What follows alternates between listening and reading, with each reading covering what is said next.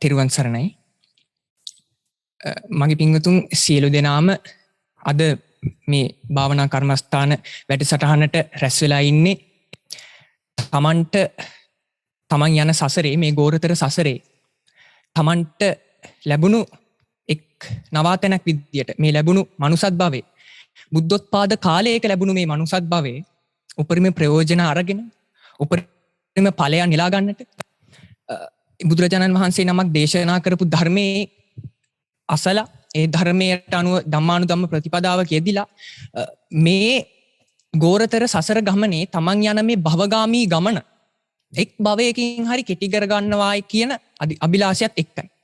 එතකොට මේ අට්ටික විපස්සනා භාවනා වැඩසටහන පටන් ගන්නට මත්තෙන් කර්මස්ථාන දේශනාව ආරම්භ කරන්නට මත්තෙන් මං කැමතියි ඔබට අද මේ කර්මස්ථාන දේශනාව මගෙන් අහන්න ලැබෙන්නෙත් මට මේ කර්මස්ථාන දේශනාව ඔබට දෙන්න ඉඩහසර ලැබෙන්නෙත් මගේ පින්වත්නි මගේ ගුරු දේවෝත්තමයන්න් වහන්සේ නම කියන්නට අවසරයි පූජ්‍ය කිරුළුපන ධම්මවිජය මගේ ලොකු සාමින් වහන්සේ උන්වහන්සේ ඒ මහත් කැපකිරීම කරලා උන්වහන්සේ කාලයක් තිස්සේ විවිධ බාධක මැද්දේ මේ කර්මස්ථාන නිසියාකාරයට වඩලා ඒ වගේ ලබාගත යුතු ඵලයන් අවශ්‍ය ආකාරයට ලබාගෙන ඒවා කොහොමද තව කෙනෙක්ට බෙදලා දෙන්නේ ඒවා කොහොමද තව කෙනෙක්ට ලබා දෙන්නේ කියලා අභිලාෂයත් ඇතුව මේ සුජාත පුත්‍ර භූමිය පිහිටවලා ඒවා නොමසුරුව කියන්නේ වචනකින්වත් අඩුවක් කරන්නේ නැතුව ඒ දේවල් අපිට කියලා දුන්න නිසයි මගේ පින්වත්නි අද අපිට ඔබ ඉස්සරහට ඇවිල්ලා බය නැතුව මේ දේශනා කරලා ඔබවත් නිවනට අරන් යන්නට හැකියාවක් ලැබිලා තියෙනවා. ඒ නිසා මේ දේශනාව පටන් ගන්නට මත්තෙන් මම කැමති උන්වහන්සේට වන්දනා කර සිටින්නට පාද නමස්කාරයෙන් වන්දනා කර සිටිනවා උන්වහන්සේට. ඉතින් මගේ පින්වත්නි මම ඔබට කලිනුත් කිව්වා ඔබ මේ රැස් වෙලා ඉන්නේ. දැන් මේ ලෝකය ගත්තොත් මේ වේලාවේ මගේ පින්වත්නි මේ ලෝකේ කී දෙනෙක් නම් කාමයන්ගේ මුලා වෙලා ඇද්ද?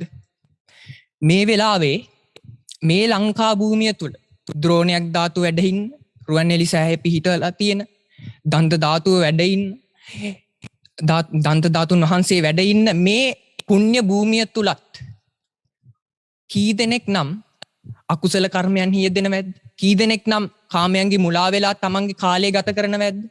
කී දෙනෙක් නම් නින්දට වහල් වෙලා තමන්ගේ කාලය ගත කරනවද? හැබැයි මගේ පින්වත්නි ඔබ සියලු දෙනාම මගේ පින්වත්නි මේ වෙලාවේ යෙදිලා ඉන්නේ මේ වෙලාවේ එක්රැස් වෙලා ඉන්නේ මේ ගෝරතර සසරේ ස්වභාවය දැනගෙන මේ ගෝරතර සසරේ තමන්ට ඉදිරියට ගියොත් මේ ගෙවාගෙන ආපු දුක් ගැනත් දැනගෙන තමන් ඉදිරියට ගියොත් විඳින්නට වෙන දුක් ගැනත් දැනගෙන ඒ දුක් පොඩ්ඩක් හරි පොඩි ප්‍රමාණයකින් හරි අඩු කරගන්නවායි කියන අභිලාෂයත් එක්ක තමයි මගේ පින්වත්නි ඔබ දැන් මේ ගෝරතර සසරේ කෙලෙස් එක්ක සටන් කරන්නටයි ඔබ මේ රැස් වෙලා ඉන්නේ. එතකොට එහෙම මේ ක්ලේශ ධර්මයන් එක්ක ඔබ සටන් වදිනකොට මගේ පින්වත්නි ඔබට ලැබෙන ආයුධය තමයි ඔබට මේ මාර බලපෑම් වලින් ඒ කියන්නේ මේ පංච මාරයන්ගේ බලපෑම් වලින් මිදිලා මේ සසරෙන් නික්වෙන්නට ඔබට ලැබෙන ප්‍රධානතම ආයුධය ගත්තොත් මගේ පින්වත්නි ඒක අපි එක වචනකින් සඳහන් කරොත් ප්‍රඥාව. මේ ප්‍රඥාව තමයි මගේ පින්වත්නි ඔබ තියුණු කරගත යුතු ආයුධය මේ ගෝරතර සංසරින් මිදිලා එතර වෙලා අමහා මහ නිවන සාක්ෂාත් කරගන්න. මේ ප්‍රඥාව ඔබ පූර්ණේ කරගන්න. මේ ප්‍රඥාව නිවන් දැකීමට උචිත වන ආකාරයට තියුණු කරගන්න. උපමට්ටම් කරගන්න. නම් ඔබට සිද්ධ වෙනවා මගේ පින්වත්නි මේ ප්‍රඥාවට අදාළ මේ ප්‍රඥාව කියන ඵලය මේ ලෝකයේ මගේ පින්වත්නි ඔබ දේශනාවලත් අහලා ඇති මේ ලෝකය පටිච්ච සමුප්පාදයට අනුවන ක්‍රියාවෙන් ඒ කියන්නේ යම් හේතුවක් අපි සකස් කරනවා නම් ඒ හේතුවට අනුරූපී වුණ ඵලය හට ගැනීම කාටවත් නතර කරන්න බෑ. හැබැයි අපි ඒ අදාළ හේතුන් ටික ලබා දෙන්නේ නැතිනම් ඒ ඵලය අපිට බලෙන්වත් උපද්දවන්න බෑ. අන්න ඒ නිසා අපි පැත්තකට වෙලා අනේ මගේ ප්‍රඥාව වැඩෙන්න අනේ මගේ ප්‍රඥාව මෝරන්න මට කවදා හරි නිවන් දකින්න ලැබේවා කියලා හිත කල් ගෙවුවට මගේ පින්වත්නි කවදාවත් මේ හේතුඵල දහමටම යටත් වෙච්ච ප්‍රඥාව කියන චෛතසික ධර්මය ඔබ තුල මෝරන්නේ නැහැ. ඒක මෝරව ගන්න නම් මගේ පින්වත්නි ඔබ ඒකට අදාළ හේතුන් සම්පාදනය කරන්න ඕනේ. ඒ හේතුන් අවශ්‍ය ප්‍රමාණයට සම්පාදනය කළොත් තමයි මගේ පින්වත්නි අවසානයේ නිවන සාක්ෂාත් කරගන්නට මේ ප්‍රඥාව පූර්ණේ කරගන්න ඔබට හැකියාවක් ලැබෙයි. එතකොට ධර්ම ශ්‍රවණය, එතකොට තව කෙනෙක්ට ධර්ම දානය කිරීම, ඒ කියන්නේ ධර්ම තව කෙනෙක්ට දහම් දැනුම ලබා දීම, ඒ වගේ හේතුන්ගෙන් මේ ප්‍රඥාව මේරවීම සිද්ධ කරගන්න පුළුවන්. ඒ වගේ මගේ පින්වත්නි මේ ප්‍රඥාව කියන චෛතසිකය මෝරව ගන්නට තියෙන ප්‍රබලම ආයුධයක් තමයි, ප්‍රබලම හේතුවක් තමයි මගේ පින්වත්නි භාවනාව කියන එක. මේ භාවනාව කියන හේතුව නැතුව ඔබට කවදාවත් හැකියාවක් ලැබෙන්නේ නැහැ. මේ අති සූක්ෂම වුණ, අති ගම්බීර වුණ ධර්මතාවය තමන්ගේ సంతානය තුල තමන් තුලින් උපද්දව ගන්නට. මොකක්ද? නිවන කියන අති ගම්බීර ධර්මතාවය තමන් තුලින් උපද්දව ගන්නට හැකියාවක් ලැබෙන්නේ නැහැ. මේ භාවනාව කියන හේතුව ප්‍රඥාව වර්ධනය කරගන්නට නැවත නැවතත් යොදාගත්තේ නැත්තම්. එතකොට මගේ පින්වත්නි අද ඔබ මේ එකතු වෙලා ඉන්නේ මේ අට්ටික සංඥාව නැත්තම් අට්ටික විපස්සනාව කියන භාවනා කර්මස්ථානයේ අරගෙන මේ භාවනා කර්මස්ථානයේ දිගින් දිගටම නොකඩවා වර්ධනය කරලා මේ භවගාමී ගමන කෙටි කරගන්න. එහෙමත් නැත්තම් නතර කරලා දාන්න කියන අභිලාෂයත් එක්කයි. එතකොට දැන් ඔබ අද මේ රැස් වෙලා ඉන්නේ අට්ටික සංඥාව.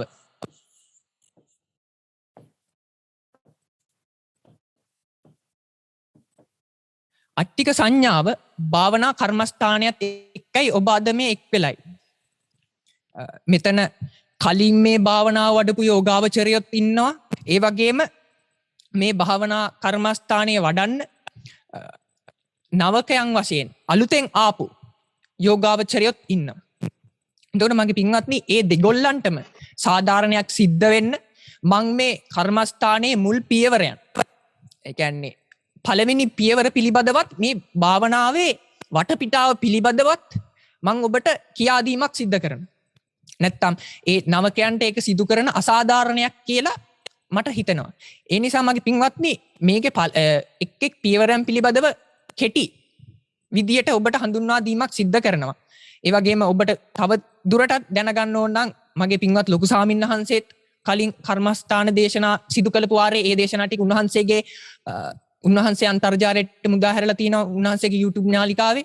ඒ වගේම දැන් මම විසිනුත් මේ අට්ටික සංඥා කර්මස්ථානයේ දැන් ඔබට කියා දෙනවා. කලින් වඩපු අයට නැවත ඒක වර්ධනය කරගන්නත්, අලුතෙන් ආපු අයට මුලින්දන් පටන් ගන්නත් මේක මං කියලා දෙන්න. මේ දේශනාව මේ කර්මස්ථානයේ දෙන්න කලින් තවත් එක් වැදගත් කාරණයක් කියන්න ඕනේ මගේ පින්වත්නි. අපි හිතමු එක් තැනක මෙහෙම ඉවුරක් තියෙනවා. එහා පැත්තේ තව ඉවුරක් තියෙනවා. එතකොට මේ ඉවුරු දෙක අතර ලොකු හෙලක් තියෙනවා. ඒ කියන්නේ වැටුනොත් මරණයට පත් වෙන තරමේ හෙලක් තියෙනවා. හැබැයි මේ ඉවුරු දෙක යා කරලා පුංචි පාලමක් තියෙනවා. අපි හිමිතු මේ පුංචි පාලමේ මගේ පින්වත්නි මේ පාලමේ යන අයට ආධාර වෙන්න අත්ඇටකුත් දීලා තියෙනවා. ඊළඟට මේ ඉවුරේ ඉඳලා කෙනෙක්ගේ S2 බැඳලා එහා ඉවුරට මේ පාලම ළඟටම ගෙනල්ලා අතෑරලා එහා ඉවුරට යන්න කියලා කියනවා. S2 බැඳලා. එතකොට මේ කෙනාට පේන්නේ නැහැ පාලම දිගේ ගියත් කොහෙටද යන්නේ, කොහොමද යන්නේ කියන එක. එතකොට අපි දැන් මේ කෙනා මේ පාලම දිගේ යද්දි මගේ පින්වත්නි මේ කෙනාට මේ ඉවුරට නිරුපද්‍රිතව යන්න විශාල උපකාරයක් සිද්ධ කරනවා මේ අත්වැට. මේ අත්වැට නැත්තම් මේ පුද්ගලයාට ඇස් බැඳගෙන යන නිසා හරියාකාරව ඉදිරියේ තියෙන දර්ශනය දැක ගන්න බැරි නිසා ඒ පුද්ගලයා ඇස් බැඳගෙන මේ පාලම දිගේ එහා යුරට ගියොත් මගේ පින්වත්නි මේ අත්වැට නැත්තම් ඒ කෙනාගේ ඉඩකඩ බොහොම වැඩි මේ හෙලට මේ පාලමෙන් ගිලීලා මේ හෙලට වැටෙන්න තියෙන ඉඩකඩ බොහොම වැඩි. ප්‍රතිශතයක් විදියට ගත්තොත් ප්‍රතිශතය වැඩි එහා යුරට යනවට වැඩිය මේ පාලමෙන් හෙලට වැටෙන. හැබැයි මෙතන මේ අත්වැට තියෙන නිසා මගේ පින්වත්නි මේ ඇස් බැඳපු කෙනාට ඉදිරියේ තියෙන දර්ශනය නිසියාකාරව නොපෙනුනත් මේ අත්වැට ආධාර කරගෙන මේ අත්වැට උපස්තම්භනය කරගෙන එහා පැත්තට යන්න එහා ඉවුරට නිරුපද්‍රිතව යන්න හැකියාවක් ලැබෙන. එතකොට මගේ පින්වත්නි හැබැයි බැරි වෙලාවත් මේ පුද්ගලයා Tamanට මේ අත්වැට ඕනේ නැහැ කියලා මේ අත්වැට කඩා දාලා ඇස් දෙක බැඳගෙන ගියා නම් මේ අත්වැට ගැන හිතන්නේ නැතුව මේ අත්වැට ප්‍රතික්ෂේප කරලා මේක දිගේ ඇස් බැඳගෙන යන්නට ගියා නම් ඒ කෙනා මරණයටපත් වෙනවා. දැන් මගේ පින්වත්නි මම මෙතන ඉවුරු දෙකක් ගැන කිව්වනේ. මේ තියෙන මගේ පින්වත්නි පෘථග්ජන භූමිය. මේ තියෙන ලෝකෝත්තර භූමිය.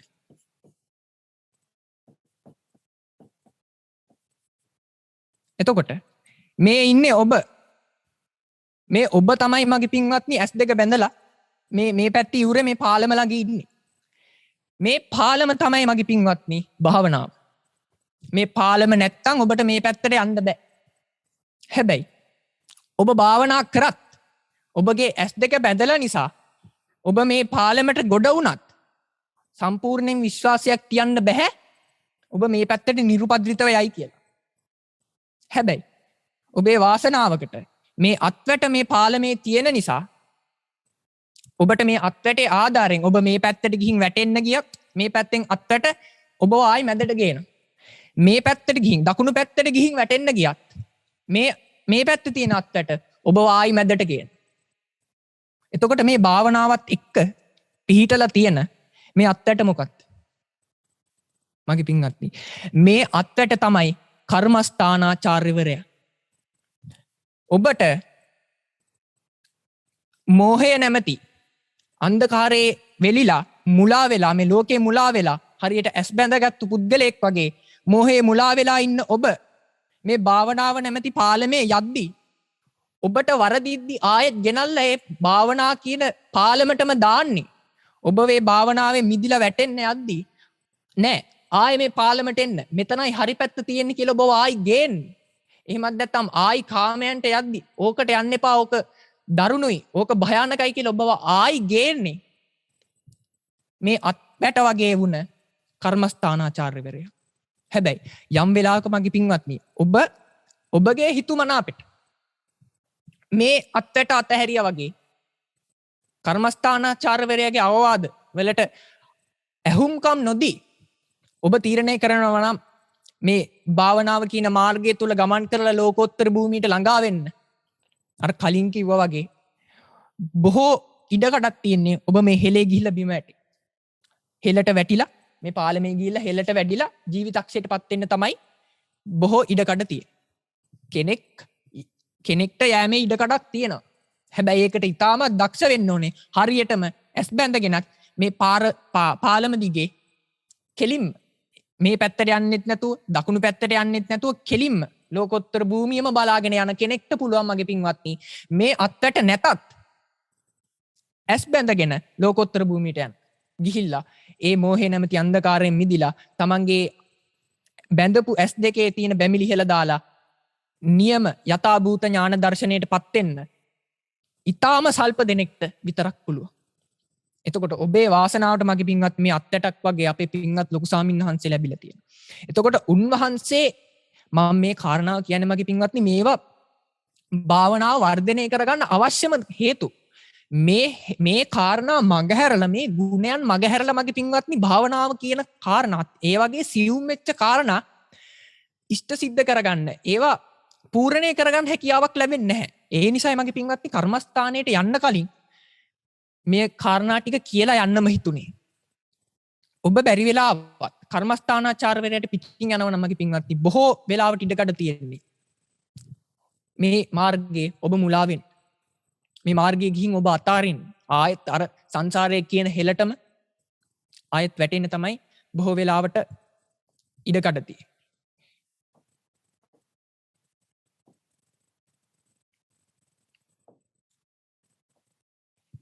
එතකොට මගේ පින්වත්නි දැන් මං ඔබට කියලා දුන්නා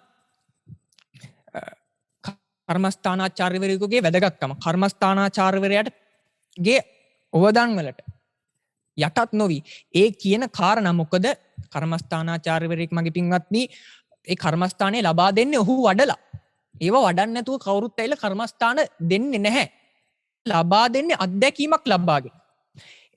එතකොට ඒ අත්දැකීමෙන් ප්‍රත්‍යක්ෂ කරගත්තු ධර්මතාවයන් තමයි ඔබට නොමසුරුව ලබා දෙන්නේ. එතකොට ඒ වගේ අත්දැකීම් ලබලා මේ වගේ වරදින්න ඕන තැන් වැරදිලා එතකොට තවත් ගුරුවරුන්ගෙන් ඕවදන් අරගෙන ඒ වගේ අත්දැකීම් රාශියක් එක්ක තමයි මගේ පින්වත්නි කර්මස්ථානයක් ලබා දෙන්නේ. එතකොට ඔය පින්වතුන්ගේ තුල නිහතමානීකමක් ගුණධර්මයන් තියෙන්න ඕනේ.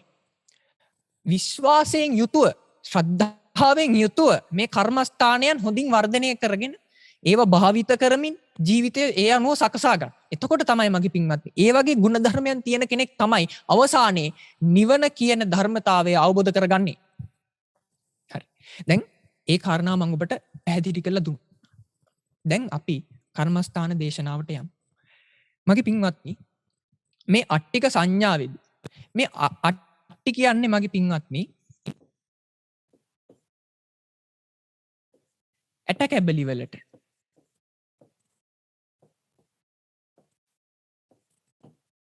ඇට කැබලි වලට ඒ කියන්නේ දැන් මේ අතක් ගත්තොත් මගේ පින්වත්නි මේ අත ඇතුලේ අස්ථි තියෙනවා. මේ හිස ගත්තත් මේ හිස ඇතුලෙත් හිස් කබල තියෙනවා.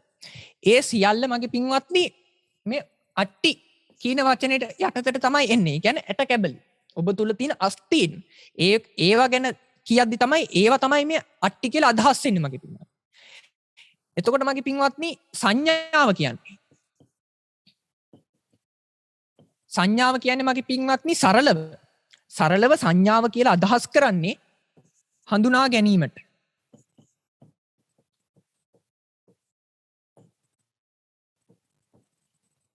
එතකොට මම මේ කිව්වේ සරල අර්ථය සංඥාව කියන එකේ.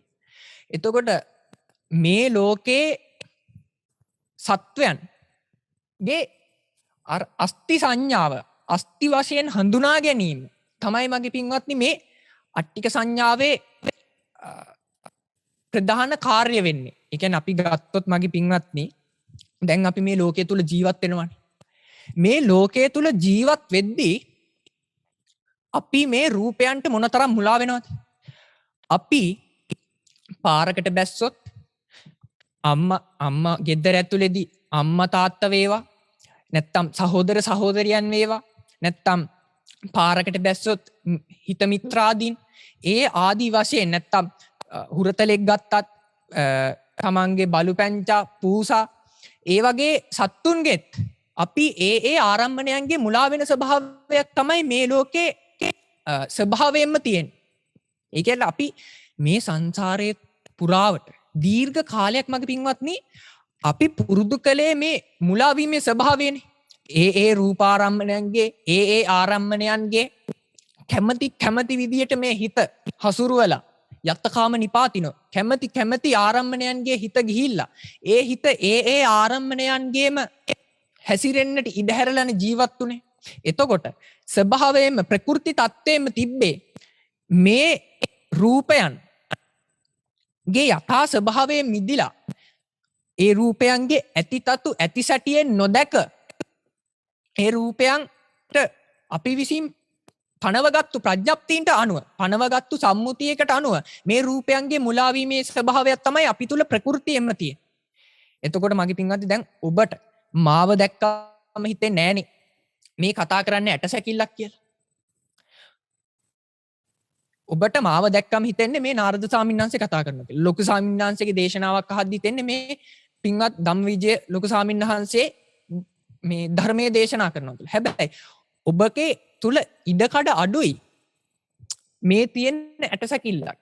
ඒ කියන්නේ අර හැම විනිවිද ගිහිල්ලා ඒ හැම ඇතුලෙන් තියෙන ඇට සැකිල්ල පිළිබඳව දැනගන්නට, ඒ ඇට සැකිල්ල පිළිබඳව සංඥාව, ඒ හැඳිනීම ලබා ගන්නට ඔබ තුල පුරුදු කිරීමක් නැහැ. ඔබ තුල භාවිත කිරීමක් නැහැ.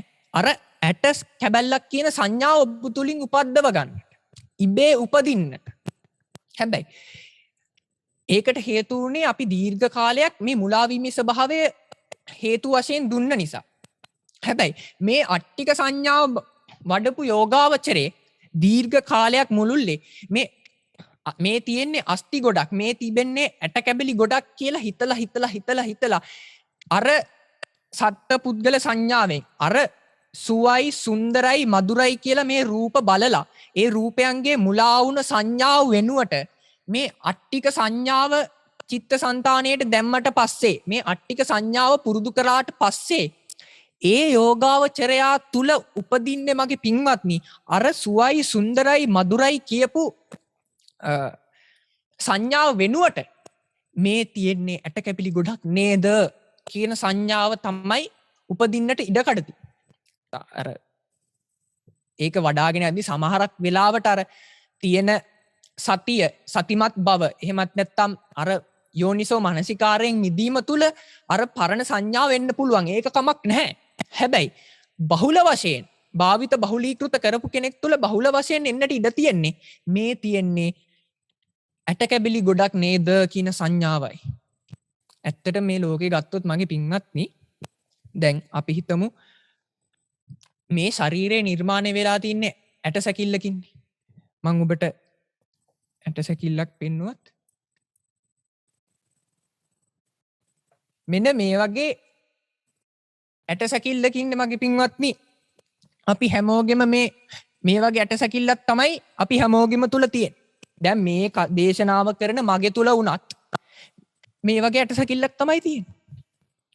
හැබැයි දැන් ඔබට මම මේක පෙන්නන, ඔබ මේ භාවනාව නොවඩපු කෙනෙක් නම්, එක දිගට නොවඩපු කෙනෙක් නම් මේක දාන්න කලින් ඔබට හිතුන්නේ නැහනේ මගේ තුල තියෙන ඇට සැකිල්ලක් කියලා, මේ දේශනාව කරන මගේ තුල තියෙන ඇට සැකිල්ලක් කියලා. දැන් මේක ගත්තොත් මේ හැම මේ මාංශ ටික අයින් කරොත් මගේ පින්වත්නි මේ ඇට සැකිල්ලේ මගේ කිසිදු වෙනසක් නැහැ. මේ පිහිටීමමයි පිහිටීම වශයෙන් යම් තැන් වෙනස් වීමක් සිද්ධ වෙන්න පුළුවන්. හැබැයි මේ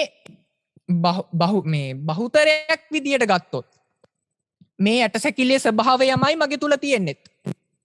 අන්න මේ සංඥාව දැන් මේ හැම ගොඩක් මේ මාංශ ගොඩකින් වැහිලා තියෙන මේ ඇට සැකිල්ල මේ හැම විනිවිදගෙන ගිහිල්ලා ඒ ඇට කැබලි ගොඩ අරමුණු කිරීම කියන සංඥා උපදව ගන්න තමයි මගේ පින්වත්නි මේ අට්ටික සංඥා භාවනාව යොදා ගන්න.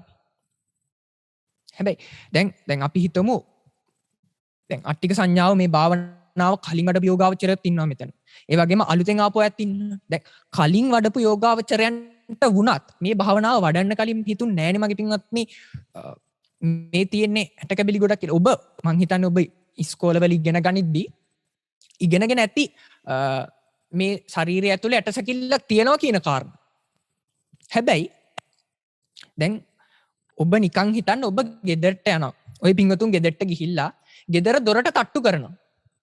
ඇයි ගෙදර දොරට තට්ටු කරද්දී අර හැමෙන් එන්න ඕන මාංශ ගොඩෙන් එන්න ඕන මෘදු ශබ්දයේ වෙනුවට ටක් ටක් ටක් ගාලා තියුණු හඬක් එන්නේ මොන හේතුවක් නිසාද කියන එක ඔබ මේ භාවනාව කරන්න කලින් හිතලා නැහැ.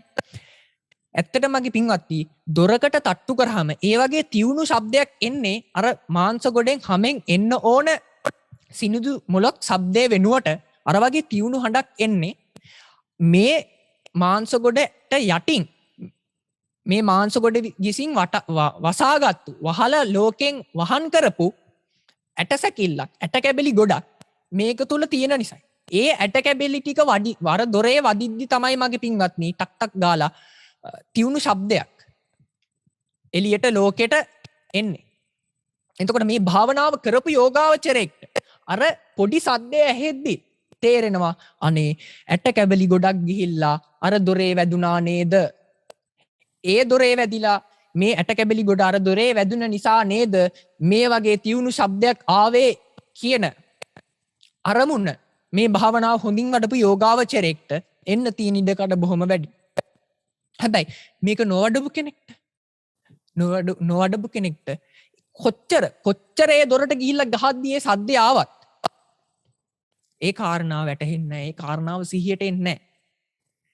මොකද පුරුදු කළා නැහැ මේ අට්ටික සංඥා භාවනාව සසරේ හරි මේ ආත්ම භවයේ හරි පුරුදු කළා නැති නිසා මේ සංඥාව එන්නේ නැහැ. මොකද දැන් මගේ පින්වත්නි මේක අපි දාන සංඥා ටිකේපයි ආයෙ එළියට එන්න.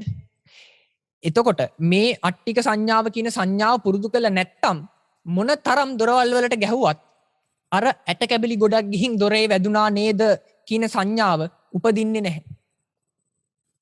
එතකොට ඇයි අපි මේ අට්ටික සංඥාව ඉගෙන ගත යුත්තේ? මේ අට්ටික සංඥාව ඉගෙන ගනිද්දි මගේ පින්වත්නි මම ඔබට කලිනුත් කිව්වා ඔබ ඇවිල්ලා ඉන්නේ අද භාවනා කර්මස්ථානයක් ලබා ගන්න කියලා. එතකොට ඇයි ඔබ භාවනා කර්මස්ථානයක් ලබා ගන්න අද මෙතනට රැස්ුනේ? මෙතනට ඔබ භාවනා කර්මස්ථානයක් ලබා ගන්නම රැස්ුනේ තමනුත් කවදා හරි නිර්වාණය අවබෝධ කරගන්නවාය කියන අභිලාෂයත් එක්ක. එතකොට නිර්වාණය ලබා ගන්නවාය කියන උතුම් අභිලාෂයේ සාක්ෂාත් කරගන්න එතනට ඔබත් යන්න තමයි අද ඔබ මේ කර්මස්ථාන දේශනාවට මේ රාත්‍රී කාලයේ වුණත් මොනතරම් වැඩ තිබ්බත් අද මෙතනට ආවේ ඔබට නිර්වාණය කියන ධර්මය තමන්ගේ තුලින් සාක්ෂාත් කරගන්න තියෙන උවමනාව නිසායි. එතකොට මම ඔබට කලින් සඳහන් කරා එහෙම නිවන සාක්ෂාත් කරගත්ති ප්‍රඥාව උපදව ගන්නට තියෙන ප්‍රධාන ආයුධයක් තමයි භාවනාව. දැන් ඔබ මේ අට්ටික සංඥා භාවනාව යොදාගන්නේ තමන්ට නිවන සාක්ෂාත් කර ගැනීමේ උපකරණයක් ආයුධයක් විදියට. එතකොට මේ වගේ තමන්ගේ ඇඟ ඇතුලේ තියෙන මේ හැමෙන් වැහිලා තියෙන ඇටසැකිල්ල පිළිබඳව දැනගෙන මේ ඇටසැකිල්ල පිළිබඳව නියමාකාරයෙන් දැනගෙන මේ හැම කියන සංඥාව අයින් කරලා මේ ඇටසැකිල්ලක් කියන සංඥාවක් උපදව ගන්න මොන හේතු නිසාද? ඒකෙන් කොහොමද නිවනක්? මගේ පින්වත්නි අපිව මේ නිවනට යන්නේක වැළකීලා තියෙන්නේ මගේ පින්වත්නි අවිද්‍යාව නිසානේ. ඔය අවිද්‍යාව තියෙන නිසා අපි තුල ක්ලේශ ධර්මයන් හට ගන්නවා. මොකද අපිට මේ ලෝකයේ යථා ස්වභාවය දැනගන්න බැහැ. එහෙම යථා ස්වභාවය දැනගන්න බැරි නිසා මගේ පින්වත්නි අපි තුල ක්ලේශයන් උපදිනවා. එහෙම ක්ලේශයන් ඉපදෙනකොට මගේ පින්වත්නි අපිට බැහැ මේ ලෝකේ යථා ස්වභාවය දැනගෙන මේ ලෝකේ නොගැටි නොඇලී ජීවත් වෙන්න හැකියාවක් නැහැ කෙලෙස් ධර්මයන් අපි තුල උපදිද්දි. හැබැයි මේ වගේ දැන් අපි ගමු ලස්සන රූපයක් අලස්සන පුද්ගලයෙක් ඔබ දකිනවා. අපි හිතමු පාර යනකොට ලස්සන කෙනෙක් දකිනවා. එහෙම දැක්කට පස්සේ ඔබට මුලින්ම මේ පුරුදු කරලා තියෙන සංඥාත් එක්ක අරමුණු වෙන්නේ ඒ කෙනාගේ එක්ක ඒ ඔබ හිතනවා සමහර වෙලාවට ඒ කෙනාගේ හැමේ පාට ලස්සනයි. නැත්තම් මේ කෙනාගේ කොණ්ඩේ ලස්සනයි. නැත්තම් ඒ කෙනාගේ ඇඟ පිරිපුන්. නැත්තම් ඒ කෙනාගේ හිනාව ලස්සනයි. ඒ වගේ නැත්තම් සමහරක් වෙලාවට ඒ සියල්ල එකවර අරගෙන ඒ කෙනා ලස්සනයි. ඒ පුද්ගලයා ලස්සනයි කියලා ඔබ ගන්න. ඒ ගන්නේ වගේ පින්වත්නි ඇත්තටම හිතලා බැලුවොත් අර බාහිරින් තියෙන කෙස් ටික, හැමේ පාට, එතකොට දත් ටික, තොල්, ඒ වගේම අත්පා, ඒ වගේ දේවල් අරමුණු කළා නේද මගේ පින්වත්නි ඔය ලස්සනයි කියන අදහසට, සුවයි, සුන්දරයි, මధుරයි කියන අදහසට ඔබ ඉබේම එන්නේ අර ටික විතරක් ඔබට අරමුණු වෙන නිසානේ. ඔබට පේන්න තියෙන්නේ ඒ ටික. ඒ නිසා ඒක අරමුණු වෙන එක සාධාරණයි. ඒක තව අසාධාරණ නෑ. ඒක ඔබ බලෙන් කරගත්තු වරදකුත් නෙමෙයි. ඒක තමා හැටි මේක. ඒක තමා ප්‍රකෘති ස්වභාවය මේක. එතකොට ඒ අරමුණු වීම නිසා ඔබ තුල උපදිනවා මගේ පින්වත්නි රාග ආදී කෙලෙස්. රාග ආදී කෙලෙස් ධර්මයන්. රාගය ඒකට ඒ ආරම්මණයට ඇලුනොත් රාගය උපදිනවා. එතකොට ඔබ කැමති නැති පුද්ගලයෙක් දැක්කොත් ඒ ආරම්මණයට ගැටිලා ඒක තුලින් දේශය උපදිනවා. ඒ ආදී වශයෙන් මගේ පින්වත්නි ඔබ තුල කෙලෙස් ධර්මයන්, ක්ලේශ ධර්මයන් උපදිනවා. හැබැයි ඔබ ටිකක් නැවතිලා හරි ඒ රූපය ලස්සනයි. ඇත්ත පිටින් ගත්තම සම්මුති වශයෙන් ගත්තම මේ රූපය ලස්සනයි. හැබැයි තව ටිකක් මේ රූපය විනිවිද ගියොත් ඔබට පේනවා මගේ පින්වත්නි මෙන්න මේ ඇටසැකිල්ල. මෙන්න මේ ඇටසැකිල්ල ඒ රූපය ඇතුලේ ඒ හැම ගොඩට ඒ මස් ගොඩට යටි මෙන්න මේ ඇට සැකිල්ල තියෙනවා කියලා දැක්කොත් ඒක අරමුණු වුණොත් මගේ පින්වත්නි ඔබට රාගය උපදීද? ඒ කෙනා කෙරෙහි ද්වේෂය උපදීද? ඒ කෙනා කෙරෙහි එක්ක ඇලෙයිද ගැටෙයිද? ඔබ ටිකක් ඔබෙන්ම හිතලා බලන්න. දැන් ඔබට මේක දකිද්දී අපි හිතුව මේ ඇට සැකිල්ල කලින් නළුවෙක්ගේ ගෙන් ඉතුරු වුණ ඇට සැකිල්ල. හරි. ඔබ ප්‍රියම වුණ ඔබට ප්‍රියතාවයක් වැඩියෙන්ම තිබ්බ නළුවෙක්ගේ ඇට සැකිල්ලක් කියලා අපි හිතමු. දැන් ඔබට මේක ගැන ප්‍රියතාවයක් උපදිනවද? මේ ඇට සැකිල්ල ගැන ඔබට එක්ක රාගයක් නැත්නම් අපි හිතමු ඔබ අකමැති පුද්ගලයෙක් ඇට සැකිල්ලක් නම් මේක පිළිබඳව ද්වේෂයක් ඔබට උපදිනවද? නෑනේ. එහෙම උපදින්නේ නැත්තේ මගේ පින්වත්නි අඩුම මේ කවුද කියලාවත් අඳුරගන්න. මේ ඉන්නේ ඒ නළුවමද? ඒ ඔබ අකමැති වුණ පුද්ගලයාමද කියලා අඳුන ගන්නවත් ඔබට හැකියාවක් නැහැ මේ ඇට සැකිල්ල දිහා බලලා. සමහර විට මේ කලින් ජනාධිපතිවරයෙක්ගේ ඇමරිකාවේ වගේ ජනාධිපතිවරයෙක්ගේ ඇට සැකිල්ලක් කියලා අපි හිතමු. එතකොට ඒ කෙනා කිරි ඔබ තුල තියෙන චිත්ත ප්‍රසාදය මේ ඇට සැකිල්ල දිහා බලලා ඔබ තුල උපදිනවද? එහෙම උපදින්නේ නැහැ. එතකොට මගේ පින්වත්නි ඔබ නිකමට හිතලා බලන්න මේ ලෝකයේ තුලට ඔබ බහිද්දී මේ ලෝකයේ තුල ඔබ කටයුතු කරද්දී ඔබ තුල අර හැම ගොඩක් එක්ක ආපු නিত্য සුඛ සුබ මధుර කියන සංඥාව මෙන්න මේකෙන් මෙන්න මේ ඇට සැකිල්ලෙන් ප්‍රතිස්ථාපනය කරොත් නැත්තම් අපි කිව්වොත් හැමෝටම තේරෙන මේ ඇට සැකිල්ල කියන සංඥාවෙන් රීප්ලේස් කරොත් මගේ පින්වත්නි ඔබට මේ ලෝකයේ තුල හැසිරෙද්දී ඔබට මේ ලෝකයේ එක්ක ගනුදෙනු කරද්දී කටයුතු කරද්දී ඇලීමක්වත් ගැටීමක්වත් නැතුව බොහෝ වෙලාවට කටයුතු කරන්න හැකියාවක් යෙදෙන. රහත් භාවයට පත් වෙන්නකම් ඇලීම කියන එක තියෙනවා. ගැටීම කියන එක අනාගාමී භූමියේදී නැති වෙනවා. එතකොට රහත් භාවයට පත් වෙනකම් ඇලීම කියන එක යම් මට්ටමකට තියෙනවා. ඒ කියන්නේ අනාගාමී වුණත් නැවත භවයක උත්පත්තියක් ලබන්නේ. එතකොට ඒවා ඒ භූමිවල නැති වෙයි. හැබැයි අඩුම ඕලාරික වශයෙන්වත් මේ ඇතිවන ඇලීම් ගැටීම් යම් මට්ටමකට අඩු කරගන්න මෙන්න මේ අට්ටික සංඥා භාවනාව ඔබට උපයෝගී වෙනවා. ඒ වගේමයි මගේ පින්වත්නි මේ අට්ටික සංඥා භාවනාව අපි දැන් මං කිව්වා අර හැම ගොඩක් කියන කතාව. මේ හැම ගොඩක්කින් වහලා තියෙන මේ ඇට සැකිල්ල හරියට දැන් මම මෙතන මේ සිවුර දාගෙන ඉන්නවනේ. හැබැයි මේ සිවුර මගේ කොටසක්ද? නෑ. මම මේක සිවුර පොරවගත්තු එකක්. එතකොට දැන් මම හෙට අඳින්න වෙන සිවුරක්. එතකොට ඒ සිවුර මම ආයි පොරවගත්තු සිවුරක්. දැන් ඔබ ඔය ඇඳන් ඉන්න ඇඳුමත් ඔබ පොරවගත්තු ඇඳුමක්. එතකොට ඒ වගේ මෙන්න මේ ඇට සැකිල්ලට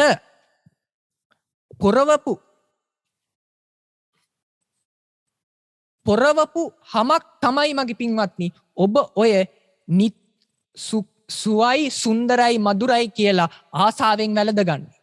එතකොට මේ ඇට සැකිල්ලට පොරවපු හමක්ම තමයි ඒ හමට උඩින් ගහපු කෙස් ටිකක්ම තමයි ඒ වගේ ඇති වුණ පිරිපුන් මාංශ ටිකක් තමයි මගේ පින්වත්නි ඒ දිහා බලලා මෙයා හරි නෑ කියලා පටිගයක් උපදව ගන්න, ගැටීමක් උපදව ගන්න. මෙන්න මේ මම හරියට මම මේ සිවුර පොරව ගත්තා වගේ පිටින් ගෙනල්ලා මේ ඇට සැකිල්ලටත් පිටින් පොරවපු හමක් මාංශ ටිකක් ගෙනල්ලා මේ පොරවපු ඒකත් එක්ක තමයි ඒ සියල්ලම එකට එකක් වශයෙන් අරගෙන අන්තිමේට ඔබ හිතනවා එක්කෝ මෙයා හොඳයි නැත්තම් මෙයා නරකයි කියලා. එතකොට මගේ පින්වත්නි මේ භාවනාවේ කරගෙන යද්දී ඒක මම පැහැදිලි කරේ මේ භාවනාවේ වටපිටාව වශයෙන්. මේ භාවනාවේ මොකක්ද නිවනට උපයෝගීතාවය කියන එක. මේක බොහොම මූලික විදියට තමයි මේ පැහැදිලි කිරීම කරේ. මේ පැහැදිලි කිරීම ඔබට සිද්ධ කළේ ඇයි මේ භාවනාව ටික දැන් ඔබට හිතෙන්න පුළුවන් කෙනෙක්ට මේ අපි හොඳට ඉන්නවා. අපි මේ හොඳට කාලා බීලා ඉන්නවා. මොන එකකටද දැන් ආනාපාන සතිය ගත්තොත් ඔබ දන්නවා හුස්ම රැල්ල දිහා බලාගෙන හිත එකක කරගන්නවා කියලා. ශුෂ්ක විදර්ශනාව ගත්තොත් පඨවි ධාතු ආදී වශයෙන් මේ දේවල් නාම රූප විදියට බලලා ඒ වගේ හේතු බලලා ඒ වගේ නිවනට යනවා කියලා දන්නවා. හැබැයි දැන් කෙනෙක්ට හිතෙන්න පුළුවන් අලුතෙන් ආපු කෙනෙක්ට මොන එකකටද මේ ඇතුලේ තියෙන ඇටසැකිල්ලක් ගැන සංඥාවක් උපදව ගන්න කියලා. මොකක්ද ඒකෙන් ලැබෙන ප්‍රතිලාභය කියලා. දැන් මම ඒකට උත්තරයක් වශයෙන් තමයි මේ කෙලෙස් ටික ටික මේ අට්ටික සංඥා වගේ භාවනාව වඩද්දී මේ කෙලෙස් ටික ටික අඩු වෙන හැටි ගැන කියලා දෙන්න තමයි මම ඔබට මේ කාරණා ටික කිව්වේ. එතකොට භාවනාවක් විදියට ගත්තම මේ භාවනාව විදියට කරගෙන යාමක් විදියට ගත්තම මගේ පින්වත්නි මේකේ පළවෙනි පියවර වශයෙන් අපි කරන්නේ මේ ඇටසැකිල්ල ගැන දැන් අපි ගමු තමන්ගේ ශරීරය අපි පළවෙනියට මේ භාවනාව කරද්දී පළවෙනියට ගන්නේ අජ්ජත්තික කය. ඒ කියන්නේ තමන්ගේ කය. බාහිර කය කියන්නේ තමන්ගේ නොවන, කියන්නේ තමන් නොවන අන්‍ය පුද්ගලයන්. තමන්ගේ පරිබාහිර වුණ, තමන්ගේ ගෙදර අය හරි, තමන්ගේ යාළු මිත්‍ර ආදීන් හරි මේ ලෝකයේ ඉන්න අනිත් සියල්ල බාහිර කයවල් විදියට ගන්න. එතකොට අපි මුලින්ම මේ භාවනාව කරද්දී මුලින්ම ගන්න අජ්ජත්තික කය. ඒ වගේ අරගෙන මේ කයේ පැත්තකට ගිහිල්ලා අරඤ්‍යගතෝවා, රුක්කමූලගතෝවා, ශුඤ්ඤාගාරගතෝවා නිදහස් තැනකට, ඒකෙන් සරලව අදහස් කරන්නේ ආරණ්‍යයකට හරි රුක්මුලකට හරි නැත්තම් නිදහස් තැනකට. ඔබට ඒ වගේ පහසු තැනකට, මේ භාවනාවට බාධක වෙන්නේ නැති තැනකට. දැන් අපි හිතමු ඔබ භාවනා කරද්දී නිතරම අපි හිතමු ඔබ ගිහින් නිදහස් තැනකට ගියා කියලා. හැබැයි ඔබ භාවනා කර ඉද්දී ඔබ වැඩ කරන ස්ථානයෙන් ඔබට නිතරම කෝල් එනවා නම් එතනත් ඒක ගැලපෙන්නේ නැහැ මගේ පින්වත්නි ඔබට භාවනාව සිද්ධ කරගෙන යන්න. භාවනාවක් සිද්ධ කරද්දී ඔබට ඒ භාවනාව ඔබව වළක්වන්නට එන්න තියෙන බාධක මගහැර ගන්න ඔබ දක්ෂ වෙන්න.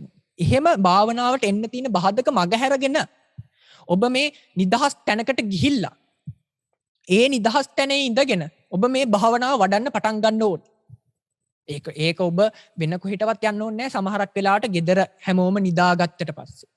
ඒ කියන්නේ ඔබ විතරක් නම් මේ භාවනාව ගෙදර තනියෙන් වඩන්නේ. ගෙදර අය නැති වෙලාවක හරි, ගෙදර අය ඔක්කොම නිදාගත්තු වෙලාවක් හරි ඔබට යොදා ගන්න පුළුවන්. මොකද ඒගොල්ලන්ගෙන් බාධක පැමිණෙන්නේ නැති නිසා. හැබැයි ගෙදර අය ඔක්කොම එකතු වෙලා වඩනවා නම් කැමති වෙලාවක් යොදාගෙන තමන්ගේ වැඩ කටයුතු නැති වේලාවල් යොදාගෙන ඔබට මේ භාවනාව හොඳින් වඩා ගන්නට පුළුවන්. එහෙම භාවනාව වර්ධනය කරද්දී මගේ පින්වත්නි මේකේ පළවෙනි පියවර තමයි තමන්ගේ කයේ මේ හැම කියන සංඥාව අයින් කර ගැනීම තමයි පළවෙනි පියවර. එතකොට මේ හැම කියන සංඥාව අයින් කරලා මේ ඇටසැකිල්ලක් නේද තියෙන්නේ මගේ තුල කියලා ඒ සංඥාව ඇති කර ගැනීම තමයි මගේ පින්වත්නි පළවෙනි පියවරෙන් සිද්ධ වෙන්නේ.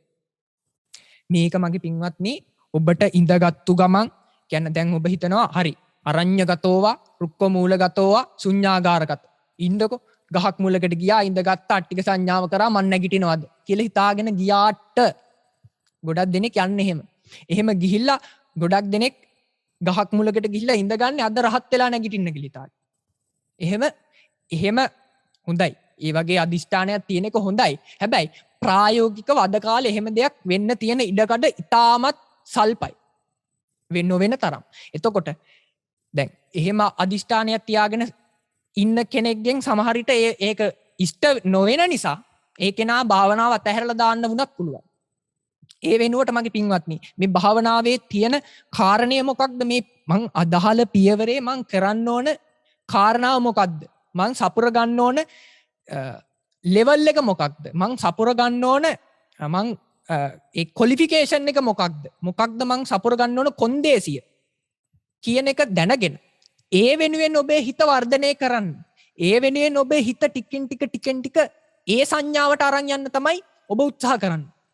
එතකොට මං ඔබට කිව්වන්නේද පළවෙනි පියවරේදී කරන්න ඕනේ අපි මෙච්චර කාලයක් පුරුදු කරගෙන ආපු මේ සුවයි සුන්දරයි මధుරයි කියලා හිතාගෙන ආපු මේ හැම අරමුණු කිරීම වෙනුවට මේ තියෙන්නේ දෙහියනේ ඇට සැකිල්ලක් නේද කියන සංඥාව. මේ මගේ තුල මෙච්චර කල් මම අභිනන්දනය කරේ, අභිරමණය කළේ, මම මෙච්චර කල් ආශාවෙන් පෝෂණය කළේ දෙහියනේ හුදෙක් ඇටසැකිලි ගොඩක් නේද කියන සංඥාවට, සුසුමක් එක්ක එන සංඥාවට, නිබ්බිදාවක් එක්ක එන සංඥාවට පැමිණීම තමයි මගේ පින්වත්නි ඔබ පළවෙනියටම කරන්න ඕනේ. ඒක කරද්දී මගේ පින්වත්නි ඔබ මුලින්ම කරන්න ඕනේ. දැන් ගිහිල්ලා ඉඳගත්තට ඔබගේ මනස තුල, ඔබගේ හිත තුල ඇටසැකිල්ලේ නිමිත්ත නැත්තම් ඔබට මේක එකපාරට ගිහිල්ලා හිතන්න බෑනේ. දැන් මම ඔබට කිව්වොත් හරි පින්වත්නි අර දෙතිස් කුණප වල තියෙන කොටසක් ප්ලීහාව කියලා. හරි ප්ලීහාව මතක් කරගන්න කිව්වොත් මම ඔබට කිව්වොත් පින්වත්නි දැන් S2 පියාගෙන ප්ලීහාව මතක් කරගන්න කියලා. ඔබ ප්ලීහාව කියන්නේ මොකක්ද කියලාවත් දන්නේ නැත්නම්, ප්ලීහාවේ පාට මොකක්ද කියලාවත් දන්නේ නැත්නම්, ප්ලීහාවේ හැඩය, ප්ලීහාව තියෙන්නේ කොහෙද කියන එක වත් දන්නේ නැත්නම් මගේ පින්වත්නි ඔබ S2 වහගෙන මොනවා මතක් කරන්නේ? රිලෙවෙක් මතක් කරන්නේ? පූසෙක්, බල්ලෙක්? ඒ නිසා මේ භාවනාව වඩන යෝගාවචරයා මුලින්ම කරන්න ඕන මේ වගේ 3D ස්කෙලටන් එකක් අරගෙන, නැත්තම් ඒ වගේ ස්කෙලටන් එකක් ප්‍රින්ට් අවුට් එකක් අරගෙන හරි බොහෝම හොඳයි මේ වගේ 3D ස්කෙලටන් එකක් තමන්ගේ කම්පියුටර් එකේ දාගෙන හරි ටැබ් එකක් තියෙනවා, ටැබ් එකකට ෆෝන් එකට වගේ දාගත්තොත් ටිකක් අමාරුයි මේක පාවිච්චි කරන්න. ඒ වගේ මේ වගේ 3D ස්කෙලටන් එකක් අරගෙන මේ 3D ඇටසැකිල්ලක් දැන් Google එකේ කියලා ගැහුවොත් 3D ස්කෙලටන් කියලා sketch fab කියලා සයිට් එක කාප එකක් තමයි මේ ඔබට පෙන්නලා තියෙන්නේ. ඒ වගේ 3D ස්කෙලටන් එකක් අරගෙන ඔබට බලන්න පුළුවන් මේ ඇටසැකිල්ලේ පිහිටීම, මේ ඇස් කුහර තියෙන ආකාරය.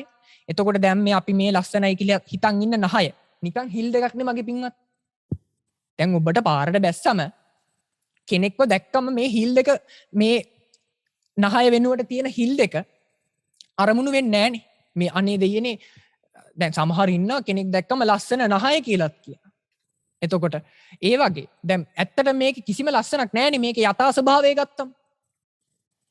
දැන් ඊට පස්සේ මේ දත් ටික මගේ පින්වත්නි මේ හරිම වැදගත් කාරණාවක් මේ භාවනාව කරද්දී. හොඳ පොයින්ට් එකක් මගේ පින්වත්නි මේ දත් ටික ඔබට මේ භාවනාවේ සමෘද්ධ භාවයට පැමිණෙන.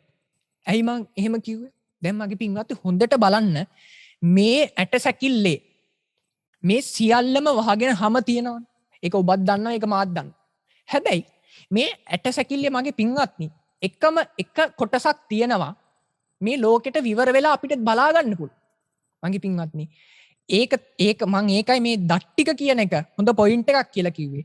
ඔබ තුල මේවා දකිද්දී අට්ටික සංඥාව, ඇටසැකිල්ල පිළිබඳව සංඥාව ඉපදුනේ නැතත් ඔබ හොඳින් මේ දත් ටික අරගෙන අට්ටි කියලා හොඳට මෙනෙහි කරලා තියෙන කෙනෙක් නම්, කෙනෙක් hina වෙන සැනින්, කෙනෙක් කතා කරපු සැනින් ඔබට දත් ටික පෙනුනොත් මේ හැමෙන් වැහිලා ඉන්න හොඳයි, සුවයි, සුන්දරයි කියන සංඥාව එක පාටම ගිහිල්ලා මගේ පින්වත්නි මේ දත් ටික දැක්ක නිසා අනේ ඇටසැකිලි ගොඩක් නේද කියන සංඥාව උපදිනවා. එහෙම ඉපදුන තැන ඉඳන් මගේ පින්වත්නි ඒක නම් මොන දේ කරත්, මොන අතපය හෙලෙව්වත් අවසානයේදී ඔබට තේරෙන්නේ ඇටසැකිල්ලක් නටනවා, ඇටසැකිල්ලක් හෙලවෙනවා, ඇටසැකිල්ලක් කතා කරනවා, ඇටසැකිල්ලක් hina වෙනවා. අන්නේ සංඥාව මේ දත් ටිකෙන් ඔබට ඉබේම එන්න හදාගන්න පුළුවන්. දැන් අනිත් එකක්වත් ඔබට පේන්නේ නැහැනේ ඇත්තටම. ඇටසැකිල්ලක් තිබ්බට ඇටසැකිල්ලේ හැඩේට මේ හැම තිබ්බට අර දත් ටික කියන එක මගේ පින්වත්නි ඇත්තටම එළියටම ඇවිල්ලා ඒ පාටටම පේනවනේ. අන්න ඒ නිසා මේ දත් ටික හොඳ වැදගත් පොයින්ට් එකක් මේ භාවනාව වඩන යෝගාවචරයේ. එතකොට දැන් ලෝකයේ ගත්තා මගේ පින්වත්නි අට්ටික සංඥාවක් වඩනව නෙමෙයි දත් ටික බලාගෙන. එහෙම නැත්තම් අසුබ කර්මස්ථානයක් විදියට ගත්තොත් අසුබේ වැඩෙනව නෙමෙයි දත් ටික දැක්කම. මේ ලෝකෙ මගේ පින්වත්නි දත් ටික කියන්නේ ලෝකය දත් ටිකට ඒ දත් ටික බල හිනාව ලස්සනයි, ලස්සන දත් ටික කියලා මේ දත් වගේ කුණප කොටස් අභිනන්දනය කිරීමක් තමයි වෙන්නේ. හැබැයි මේක වඩපු මේ අට්ටික සංඥා වඩපු යෝගාවචරයට මගේ පින්වත්නි දත් ටිකක් දැකපු සැනින් මතක් වෙන්නේ දෙයියනේ මේ ඇටසැකිල්ලක් නේද කියලා මතක් වෙන්නේ. ඔබ උදේට දත් මදින්න ගියත් දත් ටික දැක්ක සැනින් මතක් වෙන්නේ දෙයියනේ මේ ඇට සැකිල්ලක් නේද දත්මදින්නේ කියලා. මොන දේ කරත් මොන විදියට පෝෂණය කරත් අවසානයේදී මේකේ තියෙන ඇට සැකිල්ලක් නේද කියන සංඥාව අට්ටික සංඥාවට යෝගාවචරයට එනවා. ඊට පස්සේ මේ කොටස් වල මේ පපු ප්‍රදේශයේ තියෙන කොටස එතකොට මේ අත්වල මේ ඇගිලි ඔබ මේවා අරගෙන හොඳට මේ 3D ස්කෙලටන් එකක් හරි නැත්නම් ස්කෙලටන් සල්ලි දීලා ගන්නත් තියෙනවා. මේ වගේ කාලෙක ටිකක් ඒ වගේ දෙයකට මුදල් වියදම් කිරීම අපහසු වෙන නිසා මේ වගේ දෙයකින් ඒ කාර්ය සිද්ධ කරගන්නවා නම් නුවණට උචිතයි කියලා මං හිතනවා. එතකොට මේ වගේ දෙයක් අරගෙන මගේ පින්වත්නි හොඳින් මේ ඇඟිලිවල පුරුකක් ගානේ හොඳින් ඔබ අරගෙන බලන්න. අරගෙන බලලා දැන් මේ ඇඟිල්ල ගත්තත් මගේ පින්වත්නි මේ ඇඟිල්ලේ ඇතුලේ ඇත්තටම තියෙන ඇට සැකිල්ලක්නේ. මේ මෙතන එක ඇට කෑල්ලක් තියෙන්නේ, මේ මෙතන උඩ තව ඇට කෑල්ලක් තියෙන්නේ, මෙතන උඩ තව ඇට කෑල්ලක් තියෙන්නේ, මෙතන තව එක ඇට කෑල්ලක් තියෙන්නේ. ඒ වගේ මේ අතේ ඔක්කොම එක එක ඇට කෑලිනේ තියෙන්නේ. ඒ ඔක්කොම යා කරගෙන තව මෙතන අස්තීන් දෙකක් තියෙනවා. මෙතන ඒ වගේ තව අස්තීන් දෙකක් තියෙනවා. එතකොට ඒ වගේම තව එක අස්තියක් තියෙනවා මෙතන අතේ. අන්න ඒ වගේ මේවා හොඳින් බලන්න. දැන් මේ අත නැමෙද්දි මගේ පින්වත්නි අත නැමෙනවා නෙමෙයි. මෙතන මේ තියෙන අස්ති කොටස් ටික උඩට යන. අන්නේ එහෙම කාරණයක් නේ මගේ පින්වත්නි ඇත්තටම සිද්ධ වෙන්නේ. අපි මේ අත නැමුවා කියලා ගත්තට මෙතන මේ තියෙන අස්තිය උඩට යන එක නෙමෙයි. ඒක තමයි ඔය අපි අත නමනවා කියලා කියන්නේ. අන්න ඒ වගේ මේ කොටස් හොඳින් අරගෙන බලන්න මගේ තමන්ගේ ශරීරය තමයි මේකේ මුලින්ම බලන්න. මගේ ශරීරයේ හොඳට ගිහින් S2 පියාගෙන නිවිහැන හිල්ලේ හිසේ ඉඳගෙන නැත්තම් පාදාන්තේ ඉඳගෙන හරි කමක් නැහැ. මගේ ශරීරයේ තියෙන මේ වගේ ඇටසැකිල්ලක් නේද කියලා හොඳින් හිසේ ඉඳලා හොඳින් පහළට ටික ඇවිල්ලා මේ හැම ටික අයින් කරලා තමන්ගේ හිතින් හරිද ඇත්තටම අයින් කරන්න හදන්න එපා. හිතින් නිවිහැන හිල්ලේ මේ ටික මේ හැම අයින් කරලා මේ අස්ති මතුවෙන හැටි බලලා ඒ ඇටසැකිල්ලේ ස්වභාවය අරගෙන මේ ඇස් පිහිටලා තියෙන විදිය දැන් මේක ටික හැම අයින් කරාට පස්සේ මේ හැම මෙතන S2 මේ කුහර ඇතුලේ පිහිටනවා. එතකොට මේ හිස් කබලත් S2ත් විතරක් ඉතිරි වෙනවා. අන්න එහෙම මවා ගන්න මේවා. මවල අන්තිමේට S2ත් අයින් කරාට පස්සේ කුහර දෙකක් තියෙනවා. ඒ වගේ තමන්ගේ මුලින්ම තමන්ගේ මූණ දිහා හොඳට බලලා එතකොට දැන් මේ මෙතන තොල් වලින් වැහිලා තියෙද්දි ඔබට හරි ලස්සනයි මිනිස්සු. එතකොට මේ තොල් ටිකක් ඈත් වෙලා hina වෙද්දිත් ඔබට හරි ලස්සනයි. හැබැයි ඇත්තටම මේක වඩපු යෝගාවචරයට තේරෙනවා මගේ පින්වත්නි. දත් පෙන්නන hina වෙන එක මගේ පින්වත්නි ඇත්තටම hinaව කියලා දෙයක් නැහැ කියන එක. චෛතසික වශයෙන් ගත්තම ප්‍රීතියක් ඇති වෙද්දි hinaව ඇතින එක වෙනම කතාවක්. හැබැයි මූණේ ඉරියව් වශයෙන් ගත්තම අපි hinaව කියලා කියන්නේ මගේ පින්වත්නි මේ ඇටසැකිල්ල වහගත්තු මේ හැම මේ දෙපැත්තට ඇදෙන එකනේ. දෙපැත්තට ඇදිලා සමහර කෙනෙක්ගේ මෙතන වල ගැහෙනවා. කම්බුලේ වල ගැහෙනවා. අර ඩිම්පල්ස් කියලා කියන්නේ සමහර ගොඩක් අය ආසයිනේ උක. හැබැයි මේක වඩපු යෝගාවචරයට hinaව කියන කාරණාව මගේ පින්වත්නි හුදෙක් මේ හිස් කබල වහගත්තු හැම දෙපැත්තට කටගාවින් තොල්ගාවින් දෙපැත්තට ඈත් වීමක් විතරමයි. මේ හැම දෙපැත්තට ඇදෙද්දි ඕකට ලෝකයා සම්මුතියෙන් කියනවා hina වුණා ඒ hinaව ලස්සනයි කියලා. හැබැයි මෙතන ඇත්තටම හැම දෙපැත්තට ඇදීමක් විතරයි මගේ පින්වත්නි තියෙන්නේ. ඒ හැම දෙපැත්තට ඇදෙද්දි මේ දත් ටික පේන්න පටන් ගන්නවා. මේ හිස් කබල පේන්න පටන් ගන්නවා. ඔබට දැන් මේක මෙහෙම බලද්දි කැතයි. හැබැයි ඒ වෙලාවට ඔබගේ තුල තියෙන මුලාවීමේ ස්වභාවය නිසා මේ ඇටසැකිල්ල මේ ප්‍රകൃතියෙන් තියෙන ඇටසැකිල්ල ඔබ ලස්සනයි කියලා හිතනවා. මේකත් හරියට මගේ පින්වත්නි අපි ගමු බෑග් එකක්.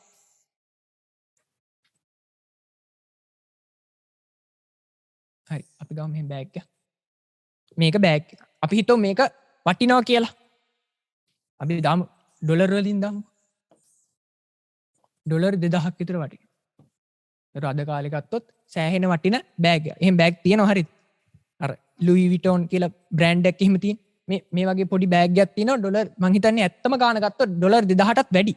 අපි හිතුව මේ වගේ බෑග් එකක් තියෙනවා කියලා. ඔය කාන්තා පක්ෂයේම හරි ආස කරන බෑග් වර්ගයක් උක්.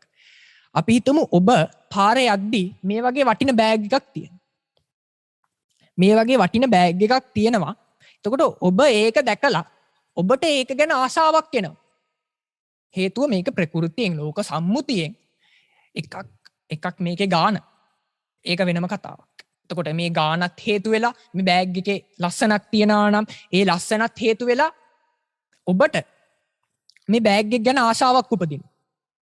ඒ බෑග් එක ගැන ආශාවක් ඉපදුනාම ඔබට හිතෙනවා අනේ මටත් මේක ගන්න තිබ්බනම් මේ බෑග් එක මගේ වුණා නම් කියලා හැඟීමක් ඔබ තුල උපදිනවා. එතකොට එතන ඉඳන් ඔබ තුල දැවීමක් හට ගන්නවා. තණ්හාවේ ස්වභාවයක් ඒක ඇති වුණාම ඒ කාරණේ ඉෂ්ට කරගන්න ගන්නකම් සත්‍යයේ චිත්තසංතානය දැවීමේ ස්වභාවයකට ලක් වෙනවා. එතකොට ඔබ තුල ඒ වගේ දැවීමක් හට ගන්නවා. අනේ දෙයනේ මේක මගේ වුණා නම් කියලා ඔබට හිතෙන්න පටන් ගන්න. එතකොට එතන ඉඳන් ඔබ මේ බෑග් එක තමන්ගේ කරගන්න වෙහෙසෙනවා. හැබැයි දැන් ඔබ මේක ලස්සනයි කියලා හිතාගෙන මේක වටිනවා කියලා හිතාගෙන මේකට වෙහෙසෙන්නේ. හැබැයි ඔබ මේ බෑග් එක ගන්න ක්‍රම හිත කාලය ගත කරද්දී කෙනෙක් ඇවිල්ලා කියනවා ඔය බෑග් එක ගන්න යන්න එපා. එතකොට ඔබ අහනවා ඇයි කියලා. ඔය බෑග් එක ගත්තට තේරුමක් නැහැ. මේ බෑග් එක ඇතුලේ තියෙන අසූචි ගොඩක්. මේ බෑග් එක ඇතුලේ අසූචි ගොඩක් පුරවලා මේ බෑග් එක ඇතුලේ මහා අසූචි ගොඩක් තියෙන. මේක අසූචි පුරවලා ගඳ ගහන බෑග් එකක් කියලා ඔබට කියනවා. එතකොට මගේ පින්වත්නි ඔබට මේක පිළිබඳව තිබ්බනම් අපි හිතමු කැමැත්තක් 100ක අර කියපු කතාව නිසා ඕක අඩු වෙනවා 80ක් දක්වා. 80ක් දක්වා ඔබ තාම ඒ කියපු කතාව 100%ක් විශ්වාස කරන්නේ නැහැ. හැබැයි ඔබ 80ක් දක්වා ඔබේ තිබ්බ කැමැත්ත අඩු වෙන්න අර කියපු කතාව හේතු වෙනවා. මොකද්ද? මේ බෑග් එක මොනතරම් වටිනා වුණත් මේක ඇතුලේ තියෙන්නේ අසූචි කියන කතාව. ඊළඟට ඔබ ගිහිල්ලා ඒ කෙනා කියනවා ඔබ කියනවා හරි මට මේක විශ්වාස නැහැ. හරි ඔයා කලින් ඒ වගේ ඔයා මට කලින් බොරු කියලා නැහැ. හැබැයි මට මේ අවස්ථාවේදී ඔයා කියන කතාව පිළිගන්න බෑ. මේ වගේ වටින බෑග් එක කවුද දෙන්නේ අසූචි දාන්නේ කියලා. ඊට පස්සේ යා කියනවා හරි එහෙනම් අපි ගිහින් බලමු කියලා. ඔබව එක්කරන් ගිහිල්ලා මේ බෑග් එක අරලා පෙන්නනවා ඔබට. එතකොට ඔබට ඇත්තටම පේනවා මේ බෑග් එක ඇතුලේ අසූචි පුරවලා මේ බෑග් එක ගඳ ගහ තියෙනවා. මේක අසූචි පුරවලා අයින් කරපු බෑග් එකක්. අන්න එතකොට මගේ පින්වත්නි ඔබ තුල මේ 100%ක් තිබ්බ ආශාව 80ට බැස්ස අර කියපු කතාව නිසා අන්තිමේට බිඳුවක් දක්වාම ඔබේ ආශාව අඩු වෙලා ඒ ආශාව සිඳිලා යනවා. එතකොට දැන් මම මෙතනට ඇවිල්ලා ඔබට කියනවා පින්වත්නි මේ ශරීරය හැදිලා තියෙන්නේ ඇට සැකිල්ලක් උඩට හමක් රෙද්දක් වගේ පොරවලා ඒ හැමෙන් වහගෙන තමයි මේ ශරීරය හැදිලා තියෙන්නේ. ඔබ එහෙම හැදිච්ච ශරීරය දිහා බලලා ඒක ගැන වැරදි සංඥාවක් උපදවාගෙන තමයි ඔබ මේකට ආශා කරන්නේ. ඔබ මේකට එක්ක වෛර කරන්නේ. ඔබ මේකට ඇලෙන්නේ. ඔබ මේකට ගැටෙන්නේ. ඔබ මේ ඇට සැකිල්ලක් උඩට දාපු හැමක් වරදවා අරගෙනයි කියලා කියනවා. එතකොට ඔබට හිතෙනවා දෙහියනේ දැන් ඔබත් කලින් ඉගෙනගෙන තියෙනවනේ මේක හැදිලා තියෙන මේක ඇතුලේ ඇටසැකිල්ල තියෙන කතාව. එතකොට මගේ පින්වත්නි ඔබටත් ටිකක් දැනෙනවා අනේ දෙහියනේ මට මේක මතක්ුන්නේ නෑනේ. මොනව කරත් මේක ඇතුලේ ඇටසැකිල්ලක්නේ තියෙන්නේ කියන හැඟීම එනවා. අන්න එතකොට අර තියෙන 100ක් තියෙනවා නම් කැමැත්ත 80ක් දක්වා අඩු වෙනවා. ඊට පස්සේ මම කියන හරි මම කියන නිසා පිළිගන්න එපා. ඔයා ගිහින් බලන්න කියලා. එහෙම කියලා මම ඔබට මේ භාවනා කර්මස්ථානය ලබා දෙනවා. එහෙම ලබා දුන්නට පස්සේ ඔබ අරඤ්‍යගතෝව, රුක්කමූලගතෝව, ශුඤ්ඤාගාරගතෝව නිදහස් තැනකට ගිහිල්ලා මේ භාවනා කර්මස්ථානය අරගෙන මේකේ පළවෙනි පියවර දෙයනේ මේ ශරීරය ඇතුලේ මේ හමෙන් වැහිලා තියෙන්නේ හුදෙක් ඇටසැකිල්ලක් නේද කියලා ඔබ කල්පනා කරන්න පටන් ගන්නවා. හිසේ ඉඳගෙන ඔබ හොඳින් මේක දිහා පිරික්සලා බලන්න. මේ ඇට කැබලි පිළිබඳව හොඳින් පිරික්සලා බලලා මේ ඇටසැකිල්ල කියන නිමිත්ත. දැන් මම ඔබට කලින් කිව්වනේ අර තිබ්බ ඇටසැකිල්ලේ නිමිත්ත හොඳින් පුරුකක් ගානේ අරගෙන ඒක ආදේශ කරගන්න තමන්ගේ ශරීරයේ තියෙන ගානට. තමන්ගේ ශරීරයේ හැම අයින් කර බලන්න කියලා මම ඔබට කිව්වනේ. එහෙම බලලා ඊට පස්සේ ඔබ තේරුම් ගන්නවා දෙයියනේ නාරද ස්වාමීන් වහන්සේ කියපු කතාව හරි නේද කියලා ඔබ හිතලා ඔබ ටික මේ කය ගැන ඔබට ප්‍රශ්නයක් උපදිනවා. මම මේ කය මොනතරම් පෝෂණය කළත් මම මේ කය අරගෙන උජාරුවෙන් ගිහිල්ලා මම ධනවතෙක් මම ප්‍රසිද්ධ කෙනෙක් මම මේ වගේ ශිල්ප ශාස්ත්‍ර දන්න කෙනෙක් කියලා ඔබ මොනතරම් ලෝකෙට කෑ ගහලා කිව්වත් මගේ පින්වත්නි ඔබ මොනතරම් ලෝකයා ඉදිරියේ මානය උපදව ගත්තත් මගේ පින්වත්නි අවසානයේ මේකේ තියෙන්නේ නිකන් අවසානයේ විසිරලා යන සැකිලි ගොඩක් නේද ඇට කැබලි ගොඩක් නේද කියලා ඔබට ඔබේ හිත තුලම ප්‍රශ්නයක් එනවා. එතකොට ඔබට හිතෙන්න පටන් ගන්නවා මේ ශරීරය පෝෂණය කරන්න තරම් වටින දෙයක්ද කියලා ඔබට හිතෙන්න පටන් ගන්නවා. අන්න එතන ඉඳන් මගේ පින්වත්නි ටික මේ ශරීරය ගැන තියෙන ආශාව ටික ඔබ තුලින් පහ වෙලා යන්න පටන් ගන්නවා. මේක 100%ක් වෙන්නේ නැහැ. අර බෑග් එකේ දැක්ක ගමන් අර බෑග් එකේ අසුචි ගොඩ S2 දැක්ක ගමන් ආශාව 100% වුණා වගේ මේක එකපාරට වෙන්නේ නැහැ. ඒක රහත් භාවයට ගියාට පස්සේ තමයි මෙන්න මේ කියන ස්ථානය ඔබට ලබා ගන්නට පුළුවන් වෙන්නේ. හැබැයි එතනට යන්න මගේ පින්වත් දැන් මේ 80 එකපාරට බිඳුව වුන්නේ නැහනේ. මේ 80 79 වෙලා 79 78 වෙලා 78 77 වෙලා අන්න එහෙමයි මගේ පින්වත්නි මේක අන්තිමේට බිඳුව වෙන්නේ. එකපාරට එහෙම රහත් වෙනවා කියලා කතාවක් නැහැ. දැන් මේ වගේ භාවනා කර්මස්ථාන ටිකෙන් ටික වර්ධනය කිරීම නොකඩවා වර්ධනය කිරීම කියන එකේ ඔක්කොගෙම ඒ කරන ඔක්කොම උත්සාහයන්ගේ ඔක්කොම වීරියන්ගේ අවසාන ඒ වීරියන්ගේ එකතුවක අවසාන ප්‍රතිඵලය තමයි මගේ පින්වත්නි උතුම් අරහත්ත්වය කියන්නේ. දැන් උදාහරණයක් විදිහට ගත්තොත් අපි හිතමු සාමාන්‍ය ප්‍රමාණයක පර්වතයක් තියෙනවා. නැත්තම් ලොකු කළු ගලක් තියෙනවා. ඔය කළු ගලට කුළු ගෙඩි පාරවල් ගහනවා කියලා හිතමු. ඔය කුළු ගෙඩි පාරවල් ගහලා අපි හිතමු කුළු ගෙඩි පාරවල් 10ක් ගහුවා කියලා. කුළු ගෙඩි පාරවල් 10ක් ගහලා මේ කළු ගල මේ විදියට දෙපළු වෙලා යනවා. දැන් මං ඔබෙන් අහනවා අර අන්තිමේට ගහපු පාර හින්දාද මේ කළු ගල කැඩුනේ? ඔව් අන්තිමේට ගහපු පාර හින්දා තමයි කැඩුනේ. හැබැයි අන්තිමේට ගහපු පාරෙන් විතරද මේ කළු ගල කැඩුනේ? නෑ. අන්තිමේට ගහපු පාර 10 වෙනි කුළුගිඩි පාර තමයි. හැබැයි අර ඊට කලින් ගහපු 9 8 7 6 අන්න ඒ ආදි වශයෙන් එකේ ඉඳන් ගහපු 9ක් කුළුගිඩි පහරවලුත් මේ 10 වෙනි කුළුගිඩි පහරත් එකතු වෙලා තමයි ඒ ඔක්කොගෙම එකතුවක් විදියට තමයි මේ කළු ගල දෙපළ වුණේ. නැත්තම් එකපාරකින් කඩන්න පුළුවන් නම් මගේ පින්වත්නි පළවෙනි පාරෙම මේක කැඩෙනවා. හැබැයි එහෙම කැඩෙන්නේ නැති නිසායි පාරවල් 10ක් අහද්දි මේක කැඩුනේ. එතකොට එකපාරින් රහත් වෙනවා නම් මගේ පින්වත්නි මෙච්චර වීරිය කර දඟලන්න ඕනේ නැහැ ස්වාමින්වහන්සේලා. මෙච්චර වීරිය කර දඟලන්න ඕනේ නැහැ ඔය පින්වතු.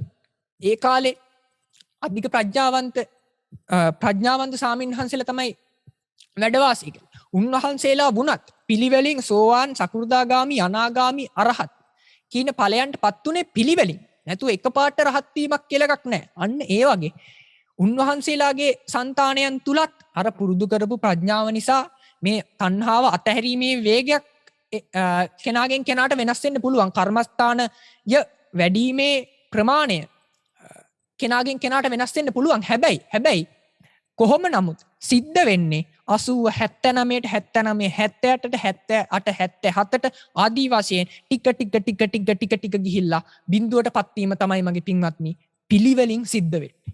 අන්න එතකොට ඒක සිද්ධ කරගන්න මේ අට්ටික සංඥා ආදී භාවනාවන් උපයෝගී වෙනවා.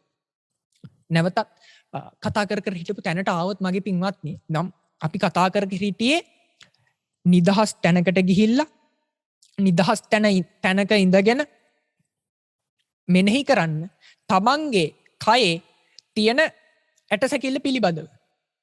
තමන්ගේ කයේ ඇටසැකිල්ල කොහොමද තියෙන්නේ, මේ ඇටසැකිල්ල කොහොමද ඇටසැකිල්ල වහගත්තු හම කොහොමද තියෙන්නේ, මේ හම ටික ටික අයින් කරලා බලන්න කියලා. ඊට පස්සේ ඔබටම පුළුවන් මගේ පින්වත්නි, මම මේ පළවෙනි පියවර ටිකක් වැඩියෙන් විස්තර කරන්න වගේ පින්වත්නි, මෙතන වඩපු මේ පළවෙනි පියවර හොඳින් වඩපු යෝගාවචරයත් ඉන්නවා. හැබැයි අර අලුතෙන් ආපු යෝගාවචරයන්ටත් මෙතනින් අද දෙයක් දීලා යවන්න එපා. ඒ පින්වතුන්ටත්, ඒ කියන්නේ ඒ පින්වතුනුත් ඔබ වගේම නිවන් දකින්නවා කියන අභිලාෂයත් එක්කනේ ආවේ. එතකොට ඒ පින්වතුන්ටත් මම මෙතනින් දෙයක් දීලා යන්න එපා. අන්න ඒ හේතුව නිසා තමයි මගේ පින්වත් මේ පළවෙනි පියවර මන් ටිකක් වැඩියෙන් විස්තර කරන්නේ. එතකොට මේ භාවනාවේ වටපිටාව, මේ භාවනාවක් වැඩෙන්න ඕනේ කොහොමද කියන කාරණාත් එක්කම මම මේ කියන්නේ භාවනාවට මුලින්ම ආපු අයත් ඇති කියලා හිතාගෙන. ඒ කියන්නේ අට්ටික සංඥා වශයෙන් වට්ටික සංඥා භාවනාවත් ඒ වගේම සම්පූර්ණයෙන්ම භාවනා කිරීම කියන කටයුත්තට මුලින් ආපු අයත් ඇති කියලා හිතාගෙනයි මම මේ කාරණා සියල්ල කියන්නේ. ඒ වගේම ඔය පින්වතුන්ටත් කලින් වඩපු යෝගාවචරයන්ගේ තුලත් මේ වගේ දැන නොගත් කාරණා තියෙනවා නම් ඒගොල්ලන්ටත් ඒ වගේ තමන්ගේ సంతානයන් තුල ඇති කරගන්න, උපද්දව ගන්නට හේතු වෙයි කියලා හිතාගෙන තමයි මම මේවා ටිකක් විස්තර කරලා උපමා දක්වලා ඔබට තේරුම් කරන්න මගේ පින්වත්නි. දැන් මේක වඩපු යෝගාවචරයෙක් ඊට පස්සේ ඔබට පුළුවන් දැන් ඔබ මේ නිමිත්ත හොඳින් ග්‍රහණය කරගන්නවනේ. මේ ඇටසැකිල්ලේ කොහොමද ඇස් කුහර තියෙන්නේ, දත් ටික කොහොමද තියෙන්නේ, කතා කරද්දී උඩ කොටස මූණේ තියෙනවා, ඊට අමතර මේ යට කොටස උඩට පහළට යනවා. එහෙමනේ මගේ පින්වත්නි මේ කතා කරද්දී සිද්ධ වෙන්නේ. දැන් මම මේතන කතා කරද්දිත් මගේ මේ යට තියෙන අස්ති කොටස උඩට පහළට වේගයෙන් චලනය වීමක් සිද්ධ වෙනවා. එතකොට මේක වඩපු යෝගාවචරයට ඒ වගේ සියුම් කාරණා තේරෙන්න පටන් ගන්නවා. එතකොට කොටින්ම කියනවා නම් මගේ පින්වත්නි, දැන් මේක කරද්දී සමහරක් වෙලාවට අපි බැලුවා, ඒ කියන්නේ දැන් උඩු දත් පෙළ, දැන් සමහරක් ස්කෙලටන් වල මගේ පින්වත්නි මේ යට තියෙන දත් ටික ඉස්සරහට ගෙනල්ලා තියෙනවා. ඒ කියන්නේ යට තියෙන දත් ටික උඩින් තියෙන දත් ටිකට වඩා ඉස්සරහට ගෙනල්ලා තියෙනවා. එතකොට මේක වඩද්දී සමහරක් වෙලාවට තේරුණා, ඒ කියන්නේ ඒ වගේ සියුම් කාරණා දැනුණා, ඇත්තට මේ ස්කෙලටන් එක වැරදි. හැම වෙලාවකම ප්‍රකෘති තත්ත්වයෙන් සාමාන්‍ය කෙනෙක්ගේ ලෙඩක් නැති දත් ටිකක යටි හනුවේ තියෙන දත් ටික උඩු හනුවේ තියෙන දත් ටිකට යටින් තමයි ඇතුළට වෙන්න තමයි පිහිටලා තියෙන්නේ. අන්න ඒ වගේ සියුම් විදියට මේක බලපු යෝගාවචරයට මගේ පින්වත්නි හැකියාවක් තියෙනවා ඊටමත් ඉක්මනට තමන්ගේ කයේ තියෙන ඇටසැකිල්ල පිළිබඳව නියම දර්ශනයක් ඇති කරගන්න. මේ හැම කියන සංඥාව අයින් කරලා මේ ඇටසැකිල්ල කියන සංඥාව, ඇටසැකිල්ලක් නේද කියන සංඥාව ඇති කරගන්න හැකියාවක් තියෙනවා. ඒ වගේමයි දැන් තවත් උදාහරණයකින් මේක දැක්කොත් මගේ පින්වත්නි, අපි හිතමු ඔබට ඒ කියලා යාළුවෙක් ඉන්නවා. එතකොට ඒ කියන යාළුවගේ මේ ඒ කියන යාළුවගේ දුරකථනය, මේ ඒ කියන යාළුවගේ දුරකථනය. එතකොට ඔබ ළඟින් ආශ්‍රය කරන මේ ඒ කියන යාළුවගේ දුරකථනය, අපි හිතමු කෝල් එකක් ඇවිල්ලා මේ දුරකථනයේ රින්ග්ස් යනවා. එහෙම රින්ග්ස් යද්දී ඒකෙන් එනවනේ මගේ පින්වත්නි ටෝන් එකක්. ඔබට මේ ටෝන් එක ඇහිලම ඔබට පුරුදු වෙනවා මේ ටෝන් එකේ ස්වභාවය. එතකොට මේ ටෝන් එක මොකක්ද? එතකොට ඒ ටෝන් එක අහලා අපි හිතමු සින්දුවක් දාලා තිනවා කියලා. ඒ සින්දුව දැන් ඒක සාමාන්‍ය ලෝකෙට ගත්තොත් ඒක ප්‍රසිද්ධ සින්දුවක් කියලා හිතමු. හැබැයි ඒ ප්‍රසිද්ධ සින්දුව ඇහෙද්දී ඔබට දැන් මේ ෆෝන් එක තුලින් ඇහෙද්දී ඔබ තුල සංඥාවක් හිටිනවා මේ ඒ කියන කෙනාගේ ෆෝන් එකේ තුලින් මේ ෆෝන් එකට කෝල් එකක් එද්දී ඒ යන රින්ගින් ටෝන් එක තමයි මේ කියලා. ඊළඟට ඔබ පාරේ යද්දී මගේ පින්වත්නි ඔබට වෙන කෙනෙක්ගේ ෆෝන් එකක් රින්ග්ස් යනවා ඒ ටෝන් එකෙන්ම. ඒ ප්‍රසිද්ධ සින්දුවම දාගත්තු වෙන කෙනෙක් ඉන්නවා. එතකොට එයාගේ ෆෝන් එකත් කොහේ හරි තැනකදී රින්ස් යනවා. අපි හිතමු ඔබගේ B කියලා යාළුවෙක්. එයාව හම්බිලා, ඒ කියන්නේ එයාව හම්බෙලා ඔබේ එයාත් එක්ක කතා බහ කර කර ඉද්දී එයාගේ ෆෝන් එකත් එක් වෙලාවක රින්ස් යනවා. එතකොට අර ටෝන් එකම ඔබට ඇහෙද්දී එක පාට ඔබට මතක් වෙන්නේ මොකක්ද? ඔබට මගේ පින්වත්නි ඇහිලා පුරුදු වෙච්ච මේ ටෝන් එක මෙතන තිබෙත් ඒ ටෝන් එකමයි. ඒ ටෝන් එක ඇහෙද්දී මතක් වෙන්නේ ඒ කියන පුද්ගලයාගේ, ඒ කියන යාළුවාගේ ෆෝන් එකේ තිබ්බ ටෝන් එක නේද කියලා සංඥාවක් තමයි ඔබ තුල එන්නේ. දැන් බලන්න මගේ පින්වත්නි, මෙතන වුණ සිද්ධිය, මෙතන වුණ කතන්දරය පොඩ්ඩක් බලන්න. මේ ටෝන් එක ලෝකෙ තිබ්බ, ඒ කියන්නේ සමාජයේ සම්මත වශයෙන් තිබ්බ ප්‍රසිද්ධ සින්දුවක්. ඒක කෙනෙක්ට ප්‍රසිද්ධ සින්දුවක්. රින්ගින් ටෝන් එකක් නෙමෙයි. හැබැයි ඔබට ඒක ප්‍රසිද්ධ සින්දුවක් විතරක්ම නෙමෙයි. ඔබට ඒක ඔබේ සමීපතම මිත්‍රයාගේ දුරකථනයේ රින්ගින් ටෝන් එක, ෆෝන් එකේ රින්ගින් ටෝන් එක. එතකොට මේ කෙනෙක්ට ප්‍රසිද්ධ සින්දුවක් පමණක් වුණ ඒ ටෝන් එක ඔබට රින්ගින් ටෝන් එකක් විදියට ඇවිල්ලා එතනින් ඒක රින්ගින් ටෝන් එකක් වශයෙන් තියෙන්නේ නැතුව තව කොහේ හරි යද්දිත් ඒක ඇහෙද්දී ඔබට රින්ගින් ටෝන් එක හඳුනා ගැනීමටත් අමතරව ඔබට මේ ඒ කියන පුද්ගලයාවත් අරමුණු වෙනවා. බලන්න මේක පොඩ්ඩක් සියුම් කාරණාවක්. හොඳින් අහගෙන ඉන්න. දැන් මේක ප්‍රසිද්ධ සින්දුවක්. ඒ ප්‍රසිද්ධ සින්දුව ඇහෙද්දී ඔබට ඒ ප්‍රසිද්ධ සින්දුව ටෝන් එකක් වශයෙන් ඇහෙද්දී ඒක හුදෙක් ටෝන් එකක් විතරක් නොවි ඒක ඒ ටෝන් එකත් එක්කම අවසානයේදී ඔබට ඒ කියන පුද්ගලයාවත් මතක් වෙනවා. ඒ කියන්නේ මේකත් එක්ක සම්බන්ධ කරගෙන, මේ ටෝන් එකත් එක්ක සම්බන්ධ කරගෙන ඔබට මේ කෙනාවත් මතක් වීමක් සිද්ධ වෙනවා. අන්න එහෙම ස්වභාවයක් තියෙනවා මගේ පින්වත්නි. අපේ තුල තියෙන මේ සංඥාස්කන්ධය, අපේ තුල මේ වැඩ කරන විඥානස්කන්ධ, මේ නාම ධර්මයන්ගේ ස්වභාවයක් තියෙනවා. ඒ ආශ්‍රය කරගෙන තියෙන දේවල් අරමුණු කරන්න. දැන් තව විදියකට කිව්වොත් හොඳම යාළුවෝ දෙන්නෙක් ඉන්නවා. ඒ දෙන්න එකටමයි කටයුතු කරන්නේ. එකටම කටයුතු කරද්දී ඔබට එක්කෙනෙක්ව මතක් කරොත් අනිත් කෙනා දැන් සමහර වෙලාවලට අහන්නේ අනිත් එක්කෙනා නැද්ද කියලා. කෝ යාගේ අනිත් එක්කෙනා කියලා අහන්නේ. අන්න ඒ එක්කෙනෙක්ව දකිද්දී ඔබට අනිත් කෙනාව ඉබේම මතක් වෙන ස්වභාවයක් මේ නාමස්කන්ධය තුල තියෙනවා. අන්න ඒ වගේ මගේ පින්වත්නි, මේක අපි භාවනාවට යොදා ගත්තොත් ඔබට මේ හැම දකිද්දී, මේ කෙස් දකිද්දී, මේ ඇස් දකිද්දී, මේ වගේ පිටින් පේන එක් ශරීර කොටස් දකිද්දී ඒවා නිශ්චය කරගෙන තියෙන, ඒ වගේ වහගෙන ඉන්න ඇට සැකිල්ල, මේ වගේ වහගෙන තියෙන ඇට සැකිල්ල ඔබට අරමුණු වෙනවනම්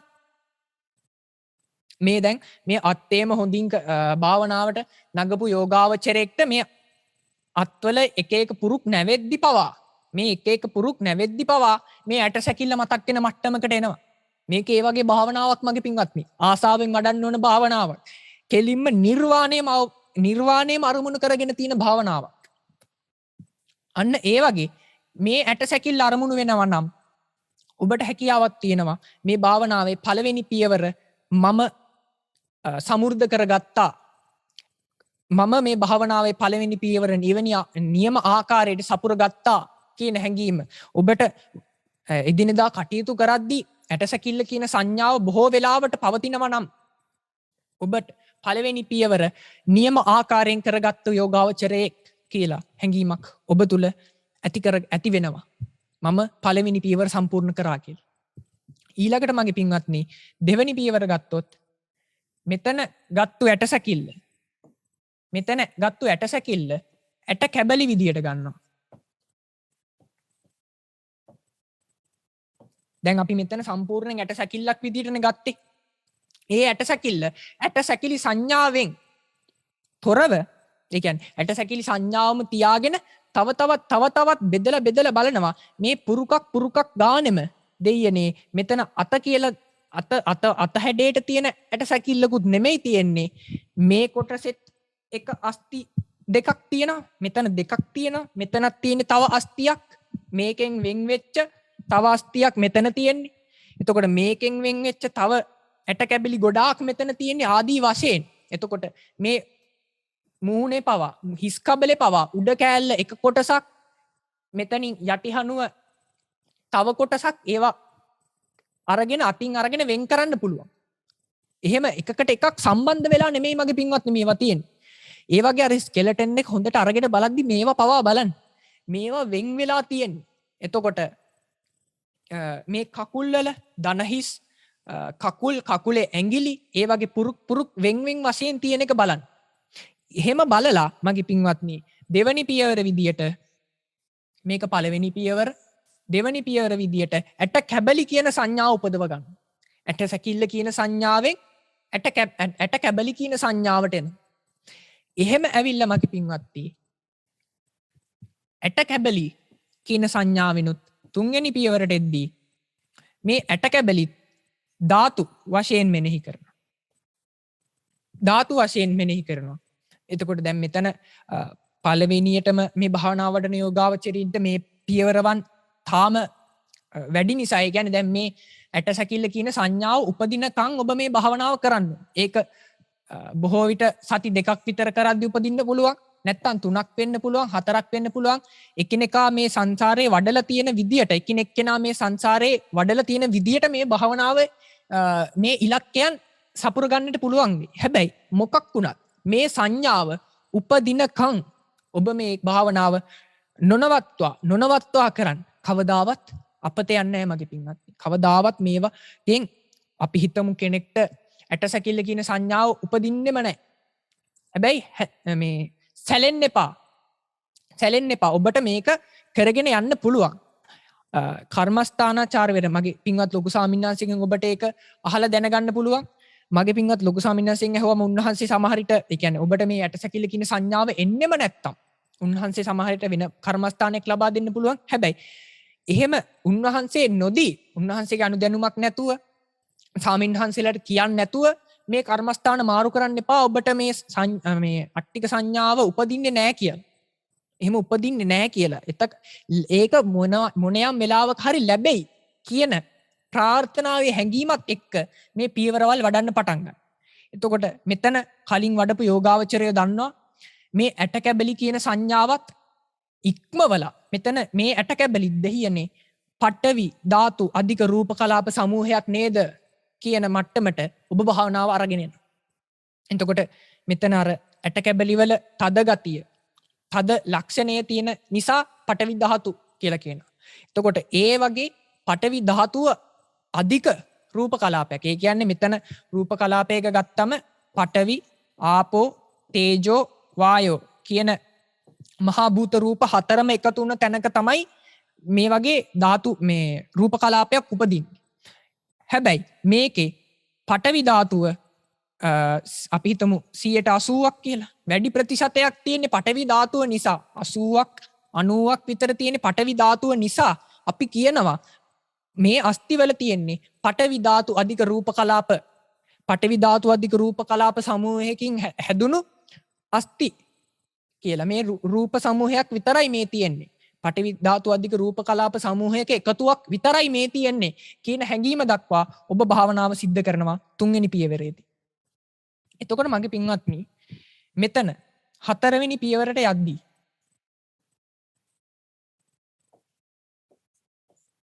හතරවෙනි පියවර විදියට ගනිද්දි මගේ පින්වත්නි දැන් ඔබ පළවෙනි පියවරේදී ඇට සැකිල්ල නිමිත්ත වශයෙන් අරගෙන ඇට සැකිල්ල ගැන බැලුවා. දෙවනි පියවරේදී ඇට කැබලි විදියට ඇට සැකිල්ලත් ඇට කැබලි විදියට අරගෙන ඇට කැබලි විදියට මේක මෙනෙහි කරන්නට යෙදෙනවා. තුන්වෙනි පියවරේදී ඇට කැබලි සංඥාවත් ඉක්මවලා ධාතු වශයෙන් කරන භාවනාවකට ගිහිල්ලා හුදෙක් ඇට කැබලි නෙමෙයි මේ තියෙන්නේ. හුදෙක් පඨවි ධාතු අධික රූප කලාප සමූහයක එකතුවක් වී මේ තියෙන්නේ කියලා ඔබට තේරෙන්න පටන් ගන්නවා තුන්වෙනි පියවර අවසන් වෙනවත් එක්කම. දැන් ඔබට ප්‍රශ්නයක් එනවා. මේ හතරවෙනි පියවර ඔබට ප්‍රශ්නයක් එනවා ඔය තුන්වෙනි පියවර වැඩිමත් එක්කම මගේ පින්වත්නි යෝගාවචරයට ප්‍රශ්නයක් එනවා. හරි.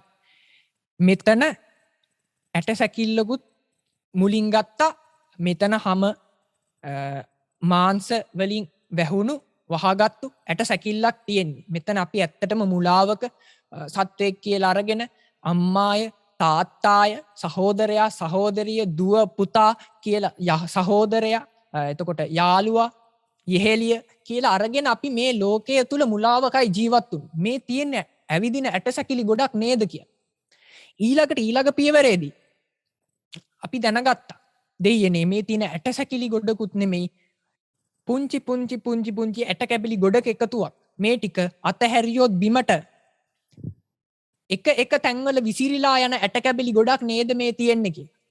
ඒ වගේ සංඥාවකට අපි තුන්වෙනි පියවරේදී ආවා. දෙවෙනි පියවරේදී ආවා. ඊට පස්සේ මගේ පින්වත්නි දෙවෙනි පියවරේදීත් දෙවෙනි පියවරේ වඩලා දෙවෙනි පියවර සම්පූර්ණ කරගත්තට පස්සේ ඇට කැබලි ගොඩකුත් නෙමෙයිනේ මේ තියෙන්නේ. තව තවත් බෙදලා බලලා දෙයියනේ මේ තියෙන්නේ නිකන් පඨවි ධාතු අධික රූප කලාප සමූහයක එකතුවක් නේද කියලා දැන ගැනීමක් සිද්ධ කරා.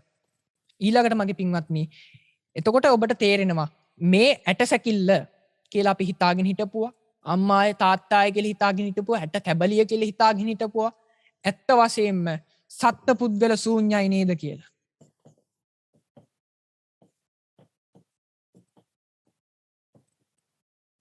සත්ත්ව පුද්ගල ශූන්‍යයි නේද කියලා යෝගාවචරයට තේරෙන්න පටන් ගන්නවා.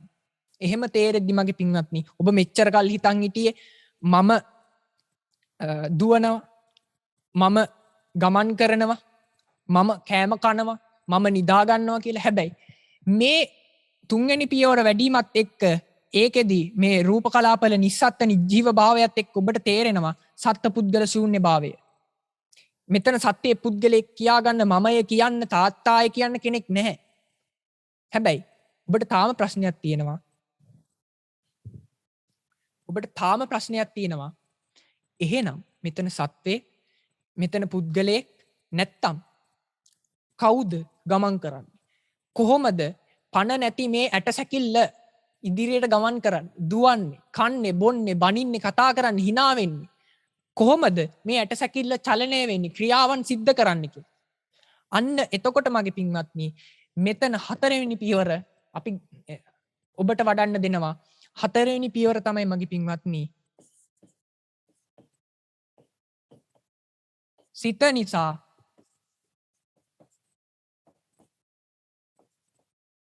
සිත නිසා ක්‍රියා කරන මේ ඇටසැකිල්ල පිළිබඳව අපි මෙනෙහි කරනවා. එතකොට මගේ පින්වත්නි දැන් ඔබ දන්නවා ඔබ සාමාන්‍යයෙන් අභිධර්ම දේශනා අහනවා ඇති. එතකොට සුස්ක විපස්සනා දේශනාවල් සමහර විට ඒවට සවන් දීලා ඇති. එතකොට ඔබට තේරෙනවා මගේ පින්වත්නි මේ රූපය දැන් ඔබට මේ භාවනාවෙන් පවා තුන්වෙනි පියවර වඩපු යෝගාවචරයක් නම් නිවැරදි ආකාරයට තේරෙනවා මේ රූපය ඇත්තෙන්ම සත්පුද්ගල ශූන්‍යයි නිස්සත්තයි නිජීවයි කියලා. එහෙම තේරුණාට පස්සේ දැන් ඔබගේ අර සුස්ක විපස්සනා වැඩසටහන් වලට ඒවා නරඹලා තියෙනවා නම් අභිධර්මය පරිශීලනය කරලා තියෙනවා නම් මේ ධර්ම දේශනා අහලා තියෙනවා නම් ඔබ දන්නවා. හැබැයි මේ ප්‍රසාද රූපයන්ගේ ආරම්මන ගැටුණට පස්සේ ඉබේම විඥානයක් හට ගන්නවනේ. සිත් හට ගන්නවා. සිත් හට ගැනීමක් සිද්ධ වෙනවා. එහෙම සිත් හටගත්තට පස්සේ ඒ හිත කියන ඒ කියන්නේ ඒ විඥානේ ඉපදුනාට පස්සේ මේ නිස්සත්ත්ව නිජීව වුණ ඇටසැකිල්ල එහෙම නැත්නම් මේ නිස්සත්ත්ව නිජීව වුණ රූපය ක්‍රියා කිරීමට පටන් ගන්නවා. ඒකනේ අර ගාතාවක් තියෙන්නේ දුක්ඛ මේවහින කෝචි දුක්ඛිතෝ කාරකෝණ කිරියාව විජ්ජති. දුකක් තියෙනවා දුක විඳින්නෙක් නැහැ. ක්‍රියාවක් තියෙනවා ක්‍රියාව කරන්නෙක් නැහැ. අන්න ඒ නිසයි මගේ පින්වත්නි අන්න ඒ ගාථාවෙන් කියවෙන්නේ මෙන්න මේ සත්පුද්ගල ශූන්‍යතාවය. ඒ කියන්නේ දැන් අපේ භාවනා විදියට ගත්තොත් ඇටසැකිල්ලක් තියෙනවා. ධාතුන්ගෙන් හැදිච්ච රූප පිණ්ඩයක් තමයි මේ තියෙන්නේ. මේ 13ගෙන් හැදිච්ච රූප කලාපවල එකතුවක් තමයි මේ තියෙන්නේ. හැබැයි මේක මේ නිස්සත්ත්ව නිජීව වුණ මේ රූපය එහෙමත් නැත්නම් ඇටසැකිල්ල එහෙමත් නැත්නම් මේ ධාතු පිණ්ඩය රූප කලාප පිණ්ඩය මේ හිත හට ගැනීම නිසා එක් ආරම්මණයන් වැදිලා ඒවා ඔස්සේ හිත හට ගැනීම සිද්ධ වීම නිසා ඒ හිත විසින් මෙහෙවන ලදුව මේ ඇටසැකිල්ල එක විදියට ක්‍රියාකාරකම් සිද්ධ කරන්න පටන් ගන්නවා. හොඳයි පින්වත්නි දැන් මම ඔබට කිව්වා එන රූපාරම්මන සද්ධාරම්මන ගන්ධාරම්මන රසාරම්මන පොට්ටාභාරම්මන ධම්මාරම්මන මේවා පිළිබඳව ඔබ වැඩියෙන් බලන්න ඕනේ නැහැ. මම මේ ඔබට ඔබගේ දැනුම පිණිස මේ කාරණා කිව්වේ. අපි ගමු සරල අර්ථයෙන් මේ ලෝකේ දකින්න ලැබෙන රූප, අහන්න ලැබෙන ශබ්ද, විඳින්න ලැබෙන ගන්ධ රස ආදී ආරම්මණයන් මේ ප්‍රසාදයන්ට වදිද්දී ඒ ඔස්සේ ඒ ආරම්මණයට අනුව ඉබේ හටගන්න. සිත් නිසා ඉබේ හටගැනෙන. ඒ කියන්නේ ඉබේ හටගන්නවා කිව්වේ අර හේතුව නැතුව කියන කාරණාව නෙමෙයි. ඒ හේතුව ප්‍රත්‍ය වෙලා ඒ හිතේ හරි ඒ ප්‍රසාදයන්ගේ හරි ඔබගේ භාවනා විදියට ගත්තොත් මේ ඇටසැකිල්ලේ හරි මෙහෙයවීමකින් තොරව හටගන්න මේ හිත් වලින් හිත් නිසා මේ රූපය ඔහේ ඒ ආරම්මණයන්ට ප්‍රතිචාර දක්වමින් ඔහේ ඒ ආරම්මණයන්ට ඉබේ කිසිම තේරුමක් නැහැ. ඒ ආරම්මණයන්ට වැටෙන ආරම්මණයට ඒ විදියට ප්‍රතිචාර දක්වමින් මේ ශරීරය මේ ඇටසැකිල්ල ක්‍රියා කරනවා. අන්න ඒක මගේ පින්වත්නි ඔබ හොඳින් තේරුම් ගන්න ඕනේ. ඔබ භාවනාව තුලින් හොඳට ඉඳගෙන නිස්කලංක තැනකට ගිහිල්ලා මේ කාරණා හොඳින් මෙනෙහි කරලා බලන්න ඕනේ. තමන්ට දාලා මුලින් ප්‍රත්‍යක්ෂ කරගෙන ඒක සාක්ෂියක් කරගෙන බාහිර කයවල් වලට ආදේශ කරලා බලන්න ඕනේ. ඔබ දැන් මං කියවනේ මේ පළවෙනි පියවර වඩද්දී ඔබ මුලින් මං කියවනේ තමන්ගේ අජ්ජත් කය බලන්න කියලා. ඒකට මුලින්ම අජ්ජත් කය බලන්න කියලා කිව්වේ මගේ පින්වත්නි. දැන් ඔබ ගිහිල්ලා හරි මං දැන් බැලුවා කියලා බාහිර කයවත් බැලුවම මොකද වෙන්නේ කියලා හිතාගෙන ගිහිල්ලා කෙලින්ම බාහිර කයවල් බලන්න යන්න එපා. මොකද ඔබ මුලින් අජ්ජත් කය දිහා බලලා මේ ඇටසැකිල්ලේ නියම ස්වභාවය හඳුනගෙන මේ ඇටසැකිල්ල කියන නිමිත්තවත් හරියට නැතුව බාහිර කයවල් මෙනෙහි කරලා බලන්න පටන් ගත්තොත් අපි හිතමු විසභාගාරම්මණයක් ආව කියලා. විසභාගාරම්මණයක් කියන්නේ ස්ත්‍රියක්ට නම් පුරුෂයෙක්, පුරුෂයෙක්ට නම් ස්ත්‍රියක්. ආදි වශයෙන් මෙනෙහි කරන්න ගියොත් එක්ක ඔබ තුල ගැටීමක් එන්න පුළුවන්, බොහෝ වෙලාවට රාගයක් එන්න පුළුවන්. තව විදියකට ගත්තොත් ඔබ අකමැති අනිෂ්ඨාරම්මණයක්, ඔබ අකමැති පුද්ගලයෙක් දිහා මෙනෙහි කරොත් ඔබ තුල දේශයක්, වෛරයක් උපදින්න පුළුවන්. අන්න ඒ නිසා පළවෙනියටම ඔබේ ඇටසැකිල්ල මෙනෙහි කරන්න කිව්වේ අන්න හේතුවින්ද. හොඳින් මේක මෙනෙහි කරලා දෙයියනේ මම ඇටසැකිල්ලක් නේද කියන මට්ටමට ආවට පස්සේ ඔබ ගිහින් බාහිර කයවල් දිහා බලන්න. බාහිර කයවල් දිහා බලද්දී අරක සාක්ෂියක්. එතකොට ඔබ ප්‍රත්‍යක්ෂ වශයෙන්ම දන්නවා මම ඇටසැකිල්ලක් කියලා. මේ මගේ තුල මේ හැමෙන් වැහිලා තියෙන ඇටසැකිල්ලක් කියලා. ඊට පස්සේ ඔබ බාහිර කයවල් දිහා බලද්දී ඔබට හොඳින් තේරෙනවා ඔබ නැවතත් අර සංඥා උපදව ඉන්න ඕනේ නැහැ. ඔබට බලපු ගමන්ම තේරෙනවා මමත් ඇටසැකිල්ලක් නම් එයත් ඇටසැකිල්ලක් නේද කියන සංඥාව ඔබ තුල ඉබේම උපදිනවා. ඒක හරියට මගේ පින්වත්නි අපි හිතමු අපි ගමු ඔබ මේක මම පොඩ්ඩක් විස්තර කළා මේ කාරණාව කියන්නම්. මොකද යෝගාවචරයන්ට වරදින්න පුළුවන් තැන් ඒවා. අපි ගමු මේ ඔබ මේ B කියලා පුද්ගලයෙක් ඉන්නවා. මේ C කියලා පුද්ගලයෙක්. මේ ඔබේ යාළුවා. හරිද? දැන් මේ B කියන පුද්ගලයා අපි හිතමු C කියන පුද්ගලයාට හොඳට අත දිගෑරලා කනේ පාරක් ගහලා තියෙනවා. හරිද? අපි හිතමු එහෙම ඉන්නවනේ අර ගිහිල්ලා අත දිගෑරලා හොඳ කනේ පාරවල් ගහන අය.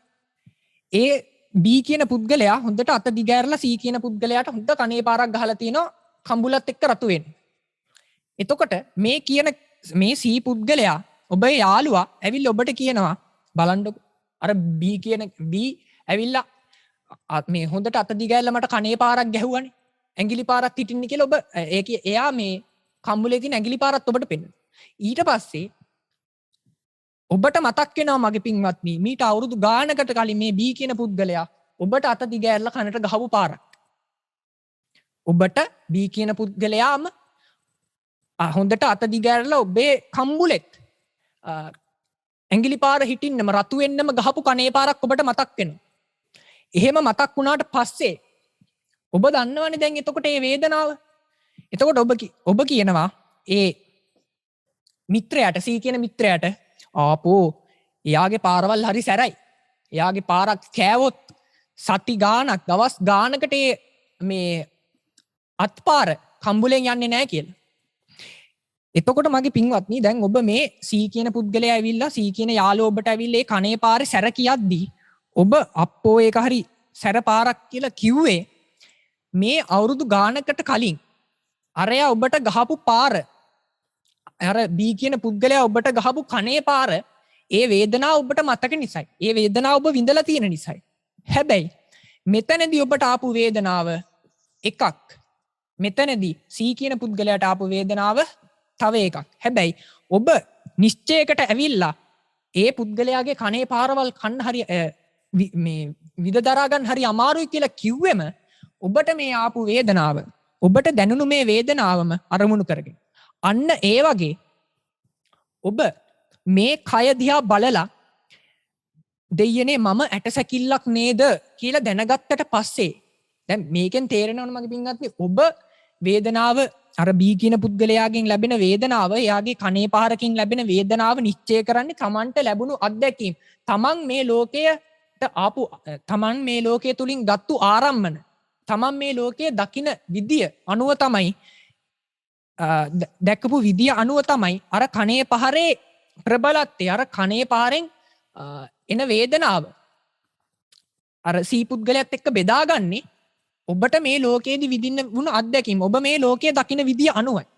අන්න ඒ වගේ මගේ පින්වත්නි ඔබ තුලින් අනේ දෙයනේ මමත් ඇටසැකිල්ලක් නේද කියලා දැනගෙන ප්‍රත්‍යක්ෂ වශයෙන්ම තමන් ඇටසැකිල්ලක් කියලා අවබෝධ කරගත්තට පස්සේ මගේ පින්වත්නි ඔබ නැවත නැවතත් බලන්න ඕනේ නෑ එළිය දිහා. ඔබට නිකම්ම තේරෙනවා දෙයනේ මමත් ඇටසැකිල්ලක් නම් ඒගොල්ලෝ ඇටසැකිලිමයි නේද?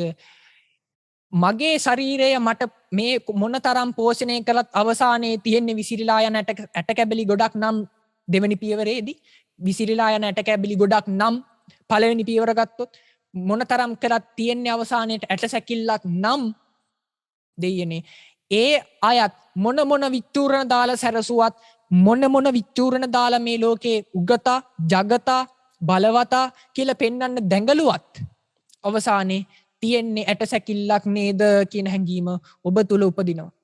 අන්න ඒක නිසායි මගේ පින්වත්නි පළවෙනියටම ඔබව සාක්ෂියක් කරගන්න. ඔබව දකින්නේ කොහොමද?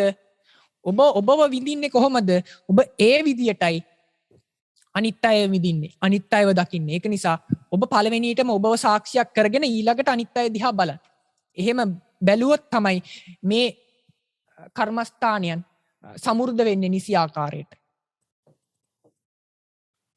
දැන් නැවතත් හතරවෙනි පියවර පොඩ්ඩක් කියන්නම් භාවනාව දිගටම නොකඩවා කරගෙන ආපු යෝගාවචරයන්ට විදියට යෝගාවචරයන්ට දැන් මං කිව්වා මේ සිත විසින් මෙහෙවන ලදුව මේ පණ නැති ඇටසැකිල්ල මේ සිත විසින් මෙහෙවන ලදුව මේ පණ නැති ඇටසැකිල්ල එක එක ක්‍රියාකාරකම් සිද්ධ කරනවා. දැන් අපි නිකන් ගත්තොත් මේ ඇටසැකිල්ල දැන් ඔබ හොඳටම දන්නවා භාවනාවට යෝගාවචරයක් නම් මේක නිකන් අරගෙන මේ ඇටසැකිල්ල බිමට දැම්මොත් කැබලි වශයෙන් වෙලා බිමට වැටෙනවා. මේ ඇටසැකිල්ලට හැකියාවක් නැහැ කිසිදු ක්‍රියාකාරකමක් කරන්න. උදාහරණයක් අපි හිතමු දැන් ඔබ නිදාගන්න වෙලාව ගන්න. ඔබ නිදාගන්න වෙලාවේ මගේ පින්වත්නි ඔබ ගැඹුරු නිින්දට වැටුණට පස්සේ ඔබ දන්නවද ඔබ මොනවද කරේ කියලා? ගැඹුරු නින්දට වැටුණට පස්සේ අපි හිතමු ඔබ රාත්‍රී 10ට ගැඹුරු නින්දට වැටෙනවා. ඊළඟට ආයෙත් අවදි වෙන්නේ උදෑසන 4ට. උදේ 4ට උදේ 4ට 10 ඉඳන් උදේ 4 වෙනකන් ඔබ ගැඹුරු නිින්දක හිටියානම් ඔබ දන්නේ නැහැ මේ 10 ඉඳන් රෑ 10 ඉඳගෙන උදේ 4 වෙනකන් වුණ කිසිම දෙයක් පිළිබඳව දැනීමක් ඔබට නැහැ. අන්න එතකොට ඔබේ ශරීරය ඒ අතර කාලය තුල බොහෝ වෙලාවට කිසිදු ක්‍රියාකාරකමක් සිද්ධ කරන්නේ නැහැ. හේතුව මේ ශරීරයට තනියම කිසිදු ක්‍රියාවක් කිරීමේ හැකියාවක් නැහැ. අට්ටික සංඥා යෝගාවචරයක් විදිහට ගත්තොත් මේ හමෙන් වහගත්තු හමෙන් වැහිලා තියෙන ඇට සැකිල්ලට තනියම ස්වාධීනව කිසිදු ක්‍රියාකාරකමක් සිද්ධ කරන්නට හැකියාවක් ඇත්තේ නැත කියලා බලලා එතකොට තමන්ගේ ජීවිතයේ එදිනෙදා කටයුතු කරද්දී ක්‍රියාකාරකම් වලට හේතු බලද්දී ඔබට පේනවා මේ හිත ආරම්මණයන් ප්‍රසාදයන්ගේ ගැටිලා ඒකේ ප්‍රතිඵලයක් විදියට අපි අඳිමු මේ ඇහැක් මෙතන මලක් තියෙනවා මේ ආරම්මණය චක්කු ප්‍රසාදයේ ගැටිලා ඒකේ ප්‍රතිඵලයක් විදියට හටගැනෙන මේ හිත ඒ වගේ හටගැනෙන මේ හිත් පරම්පරාවට අනුව මේ ඇටසැකිල්ල නැත්තම් මේ ඇට කැබ්බලි ටික එහෙමත් නැත්තම් මේ පඨවි ධාතු අධික රූප කලාප ටික ඒ ආරම්මණයන්ට අනුව ඔහේ පඹයක් වගේ නැත්තම් රූකඩයක් වගේ මේ අතට වැනෙමින් මේ අතට යමින් එක එක ක්‍රියාකාරකම් සිද්ධ කරනවා නේද කියලා. මගේ පින්වත්නි මේක කරද්දී යෝගාවචරයට දැනෙන්න පටන් ගන්නවා තමන් මේ ලෝකේ මොනතරම් අසරණද කියලා. හේතුව මගේ පින්වත්නි ඔබට මේකේ සත්පුද්ගල ශූන්‍ය භාවයක් නැති නිසා දැන් තව කාරණාවක් මේක වඩුවට පස්සේ ඔබට හිතෙන්න පුළුවන් හිත තුල එහෙනම් හිතද මම කියන්නේ කියලා. ඔබට හිතෙන්න පුළුවන් එහෙනම් රූපය නෙමෙයි නම් මම රූපයට පණ නැත්තම් හිතනේ මම කියලා. නෑ මගේ පින්වත්නි. මේ හිත කියන්නේත් මගේ පින්වත්නි සත්පුද්ගල ශූන්‍ය ධර්මයක්. මේ හිත තුලත් සත්පුද්ගල භාවයක් අපිට පණවන්න හැකියාවක් ඇත්තේ නැහැ. ඇයි අපි හිතමු මෙතන මියුසිකල් ෂෝ එකක් යනවා. මේ ගායකයා ඇවිල්ලා සින්දුවක් කියනවා. ඔබ කිලෝමීටර් 10කට විතර එහායින් මෙතන ඔබ ඉන්නවා. මෙතන කිලෝමීටර් 10ක් තියෙනවා කියලා අපි හිතමු. ඔබට ඒ ගායකයා කියන ගායනා කරන සින්දුව ඔබට ලාවට ඇහෙනවා අර ඈත ඉද්දී. මේ බෆල් වලින් ඔබට ලාවට ඇහෙනවා අර ඈත ඉඳගෙන. දැන් ඔබට අපි හිතමු ඔය පින්වතුන් කැමති සින්දුවක් කියන්නේ කියලා. හැබැයි හරියට ඇහෙන්නේ නැහැ. අපි හිතමු දැන් එතකොට ඔය පින්වතුන්ට ඕනකමක් තිබ්බත් මේ සින්දුව මොකක්ද කියලා අහන්න ඔය පින්වතුන්ට පුළුවන් දේ සින්දුව නියම විදියට අහලා රස විඳින්න. ඔබ කැමතිම සින්දුවක් ගායකයා කියන්නේ ඈත ඉන්නේ. ඔය පින්වතුන්ට පුළුවන්ද මේ කන් දෙක ඔබ නම් ඒ හට ගන්න හිත ඔබ නම් ඔබට පුළුවන්ද හරි කිලෝමීටර් 10නේ කමක් නේ මම අහනවා කියලා අහලා අර ළඟ ඉන්න කෙනෙක් අහනවා වගේම ඒ සින්දුව අහන්න ඔබට පුළුවන්ද? එහෙම හැකියාවක් නෑ මගේ පින්වත්නි. මොකද මේ හිත කියන්නෙම ඒ එන හේතුන්ට එන සින්දුව කියන හේතුවට මේ කනේ වැටෙන ප්‍රමාණයටයි හිත කියන විඥානය උපදින්නේ මේ සින්දුව කනේ වැටෙන්නේ මොන ප්‍රමාණයෙන්ද? ඒක දුර වැඩි වෙන්න ඇහෙන ප්‍රමාණය අඩුයි. දුර අඩු වෙන්න ඇහෙන ප්‍රමාණය වැඩි. ඒ අනුවත් බලපාලා අන්තිමේට විඥානය හටගන්නේ මේ එක් කාරණා හේතු වෙලයි. ඔබට පුළුවන් නම් හිත ඔබට ඕන විදියට පාවිච්චි කරන්න ඕන විදියට උපද්දව ගන්න. එහෙනම් අර ඈත තිබ්බ සින්දුව ඔබට ඈත ඉඳගෙන වුණත් හොඳින් රස විඳින්නට හැකියාවක් තියෙනවා. එහෙනම් ඔබ ටිකට් දීලා සල්ලි දීලා ටිකට් අරගෙන මියුසිකල් ෂෝ වලට යන්න ඕනේ නැහැ. ටිකට් අරගෙන ක්‍රිකට් මැච් බලන්න යන්න ඕනේ නැහැ. මුදල් දීලා බිල් ගෙවලා ඉන්ටර්නෙට් ගන්න ඕනේ නැහැ. ඔබට ඕන දේවල් බලන්න පුළුවන් නම් ඕන දේවල් අහන්න පුළුවන් නම් එහෙනම් ඔබ ඒ වගේ දේවල් මිලදී ගන්න ඕනේ නැහැ මේ ජීවිතය තුළ. ජීවිතේ රස කෑම, රස ආහාරයක් රස විඳින්න. ඔබ සල්ලි දීලා ඒ ආහාර ලබා ගන්න ඕනේ නැහැ. ඔබට ඕන විදියට විඥාන උපද්දවන්නට පුළුවන්. මගේ පින්වත්නි, ඔබ දැන් මම කියලා කියනවනේ. මම කියලා කතාවක් අපි හැමෝම ගොඩනගාගෙන ඉන්නවනේ. මේ මම කියන්නෙම මගේ පින්වත්නි අර ඇස් වලින්, කන් වලින් ආදී ඒ ඉන්ද්‍රියන්ගෙන් ආරම්මන ගැටිලා හට ගන්නවනේ විඥාන. දැන් අපි ටිකකට මේ මම කියන කතාව අයින් කරමු. මේක මීට වැඩි ඔබට පැහැදිලි වෙනවා මම මෙහෙම කිව්වොත්. පොඩ්ඩක් මේ කාරණාව මම ටිකක් වෙලා අරන් කියන්නම්. හේතුව මේ ඔබ භාවනාව තේරුම් ගත යුතු වෙන කරුණු මේ. ඔබ භාවනාව තුලින් සාක්ෂාත් කරගන්න ඕන පොයින්ට් මේවා. අපි මෙතන ඇහැ වෙනුවට අපි කැම් එකක් ගමු. මේ තියෙන කැමරා එකක්. හරිද? උඩින් බැලුවම කැමරා සාමාන්‍යයෙන් මෙහෙම පේන්නේ. මේ තියෙන මයික් එකක්. මේ තියෙන මයික් එකක්. අපි හිතමු මයික් එකක් කියලා. පොඩ්ඩක්. මේ වගේනේ. දැන් මේ කැමරා එක ඔන් කරලා තිබ්බට මගේ පින්වත්නි අපි හිතමු මෙතන ඡායාරූප ශිල්පියෙක් ඉන්නවා මලක ෆොටෝ එකක් ගහන්න. මේ ඡායාරූප ශිල්පියාට ඕනේ අරලිය මලක ෆොටෝ එකක් ගහන්න. හැබැයි මෙතන අපි හිතමු මේ තියෙන්නේ වතු සුද්ධ මලක්. අරලිය මලක් ගහන්න ඕන ෆොටෝ එකක් ගහන්න ඕන ඡායාරූප ශිල්පියාට. හැබැයි මෙතන තියෙන්නේ වතු සුද්ධ මලක්. දැන් මේ කැමරා එකට පුළුවන් ද මගේ පින්වත්නි මේ කැමරා එකට රූපාරම්මන එනවා. මේ කැමරා එකෙන් රූපාරම්මන පේනවා.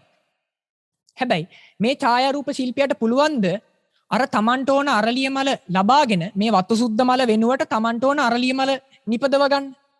ඒක කැප්චර් කරගන්න පුළුවන් ද මගේ පින්වත්නි මේ ඡායාරූප ශිල්පියාට? එහෙම හැකියාවක් නැහැ. මොකද මේ කැමරා එකෙන් කරන්නේ රූපය ගැනීම පමණයි. මේ කැමරා එකට ඕන විදියට රූප ලබා ගන්න බෑ. තියෙන රූපේ මොකක්ද? ඒක ගැනීමක් තමයි සිද්ධ කරන්නේ මේ කැම් එකේ. ඊළඟට මේ මයික් එකක් තියෙනවා කියලා කිව්වනේ. දැන් අපි හිතමු ඔබ මයික් එකට ගිහිල්ලා අපි සරල විදියට ගත්තොත් අපි හිතමු ඔබ ගිහින් මයික් එකට හූ කියන. ඔබ හයියෙන් බෙරිහන් දීලා හූ කියන. එතකොට අපි හිතමු මේ මයික් එක ගිහිල්ලා කම්පියුටර් එකකට සෙට් වෙලා ඒක රෙකෝඩ් වෙනවා. දැන් ඒ හූ කියන එක නතර කරාට පස්සේ අර හූ කියන එක කම්පියුටරේ රෙකෝඩ් වෙන එක නතර වෙනවා. දැන් ඔබ මේ හූ කියන එක නතර කරාට පස්සෙත් මේ කම්පියුටර් එකේ රෙකෝඩ් කරවන්න බෑ නේද මේ මයික් එක හරහා? අර ඔබ කලින් හූ කියපු එක මයික් එකට හූ කියපු එක ඔබ හූ නොකියන වෙලාවක රෙකෝඩ් කරන්න බෑ නේද කම්පියුටර් එකේ? හේතුව අර ශබ්දය ඔබේ කටෙන් අර ශබ්දය මේ මයික් එකට ආවොත් විතරයි ඒ ශබ්දය මෙතන රෙකෝඩ් වීමක් සිද්ධ වෙන්නේ. ඒ ශබ්දය වෙනුවට අපි හිතමු ඔබ සින්දුවක් ගායනා කරනවා කියලා. හැබැයි අර ශබ්දය නෙමෙයි. එතකොට අර සින්දුවයි මෙතන රෙකෝඩ් වෙන්නේ. අර කලින් පිට කරපු ශබ්දය වෙනුවට සින්දුවක් තමයි මගේ පින්වත්නි මෙතන රෙකෝඩ් වෙන්නේ. හේතුව මේ මයික් එකට බෑ ඕන ශබ්දයන් Tamanට කැමති විදියට උපද්දවන්න. මේ මයික් එකෙන් සිද්ධ වෙන්නේ තියෙන ආරම්මන ඒ විදියටම අරගෙන ඒවා රෙකෝඩ් වීමක් තමයි මේ කම්පියුටර් එකේ ඒවා රෙකෝඩ් වීමක් තමයි අවසානයේදී සිද්ධ වෙන්නේ.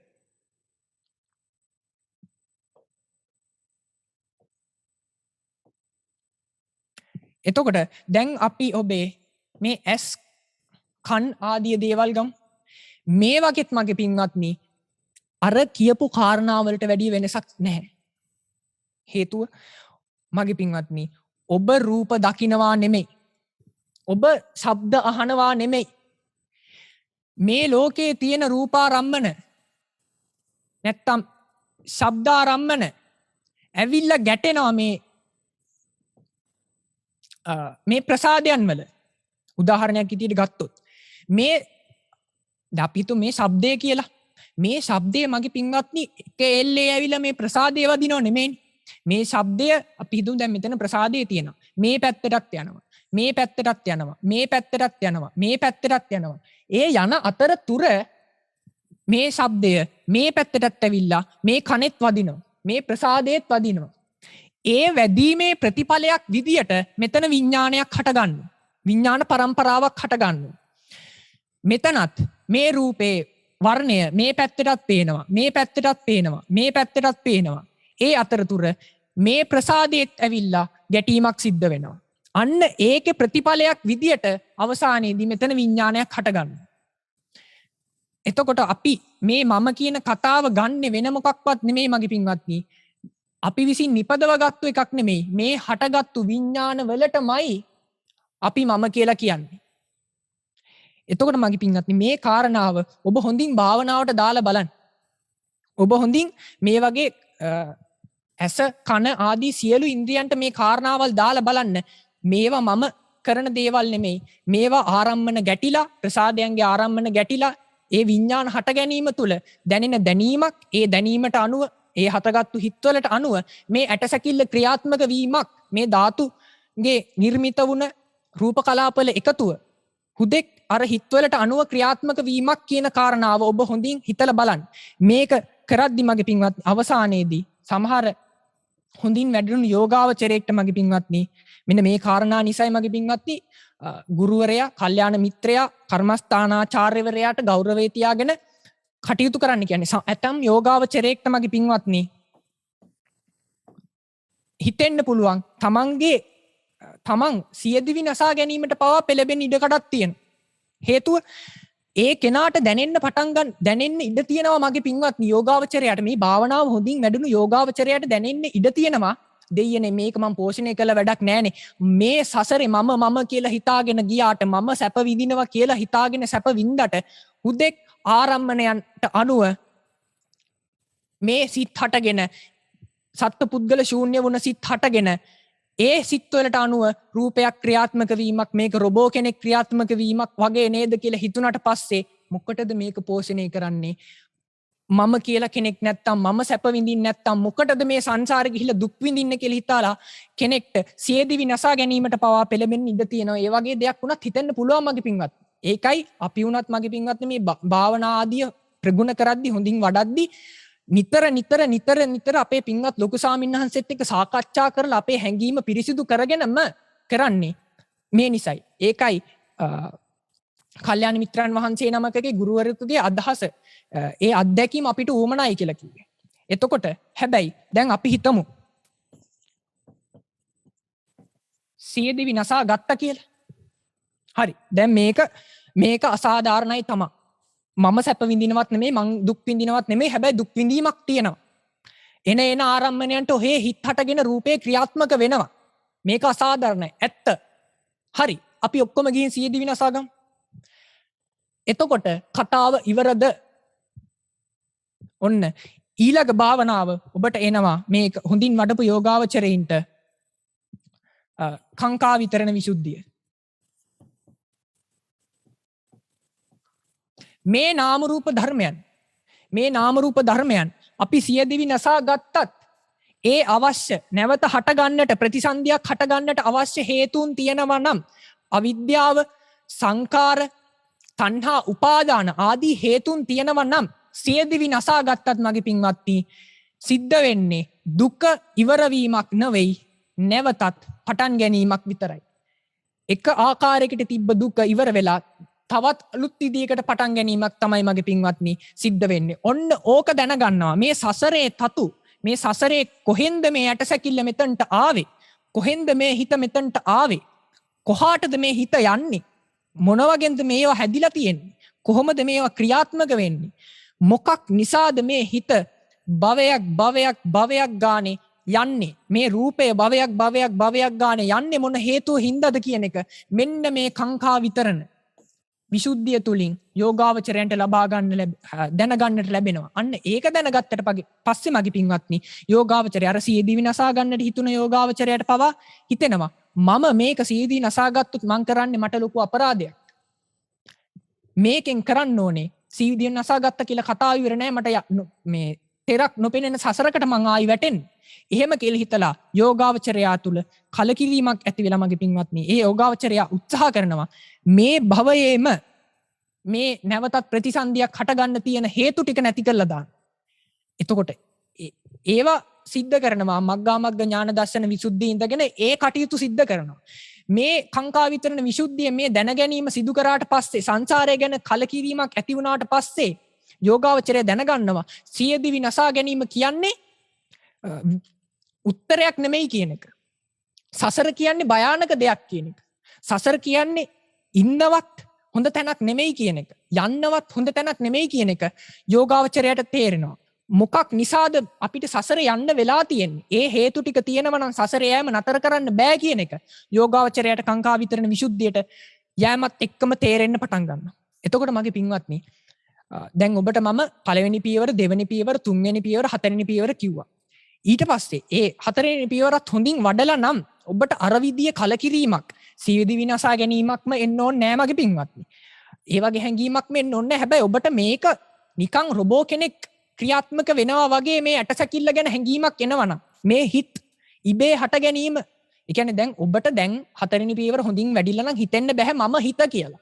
රූපය මම නෙමෙයි නම් මම හිත කියලා. මට ඕන විදියට මේ හිත උපද්දවන්න පුළුවන් කියලා හැඟීමක් ඔබ තුල භාවනාව ඇතුළේදී තියෙන්න බෑ.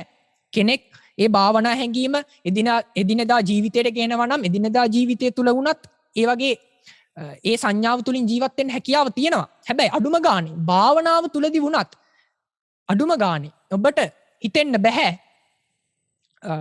මම හිත උපද්දවනවා කියන කාරණේ. ඒ ආරම්මන වැදෙන විදිහට හිත උපදිනවා. ඒ හිත උපදින විදියට අනුව මේ ඇටසැකිල්ල එහෙම නැත්නම් මේ ධාතුගේ නිර්මිත වුණ රූප කලාප එකතුව ඔහේ ක්‍රියාත්මක වෙනවා හරියට රූකඩයක් නටනවා වගේ කියලා. එතකොට මගේ පින්වත්නි, මේ කාංකා විතරණ විසුද්ධිය ගත්තම මේ එන පොය දිනයේදී ලොකු සාමින්හන්සේගේ කාංකා විතරණ විසුද්ධියට අදාළව කරපු සියලුම දේශනා ටික උදේ ඉඳන් විකාශයට පත් කරනවා. එතකොට ඔය පින්වතුන් ඒකට සම්බන්ධ වෙලා ඒ සජීවී සීල සමාදාන වැඩසටහනත් එක්ක සම්බන්ධ වෙලා මේ කාංකා විතරණ විසුද්ධියට අදාළ කාරණා ටික බලලා ඒවා හොඳින් සටහන් කරගෙන ඒවට අනුව භාවනාව සිද්ධ කරන්නට යොදා ගන්න. ඒවට අනුව භාවනාව සිද්ධ කරන්නට යොදා ගන්න. එහෙනම් මගේ පින්වත්නි, අදට මේ කමඨහන් දේශනාව මෙතනින් නිමා කරනවා.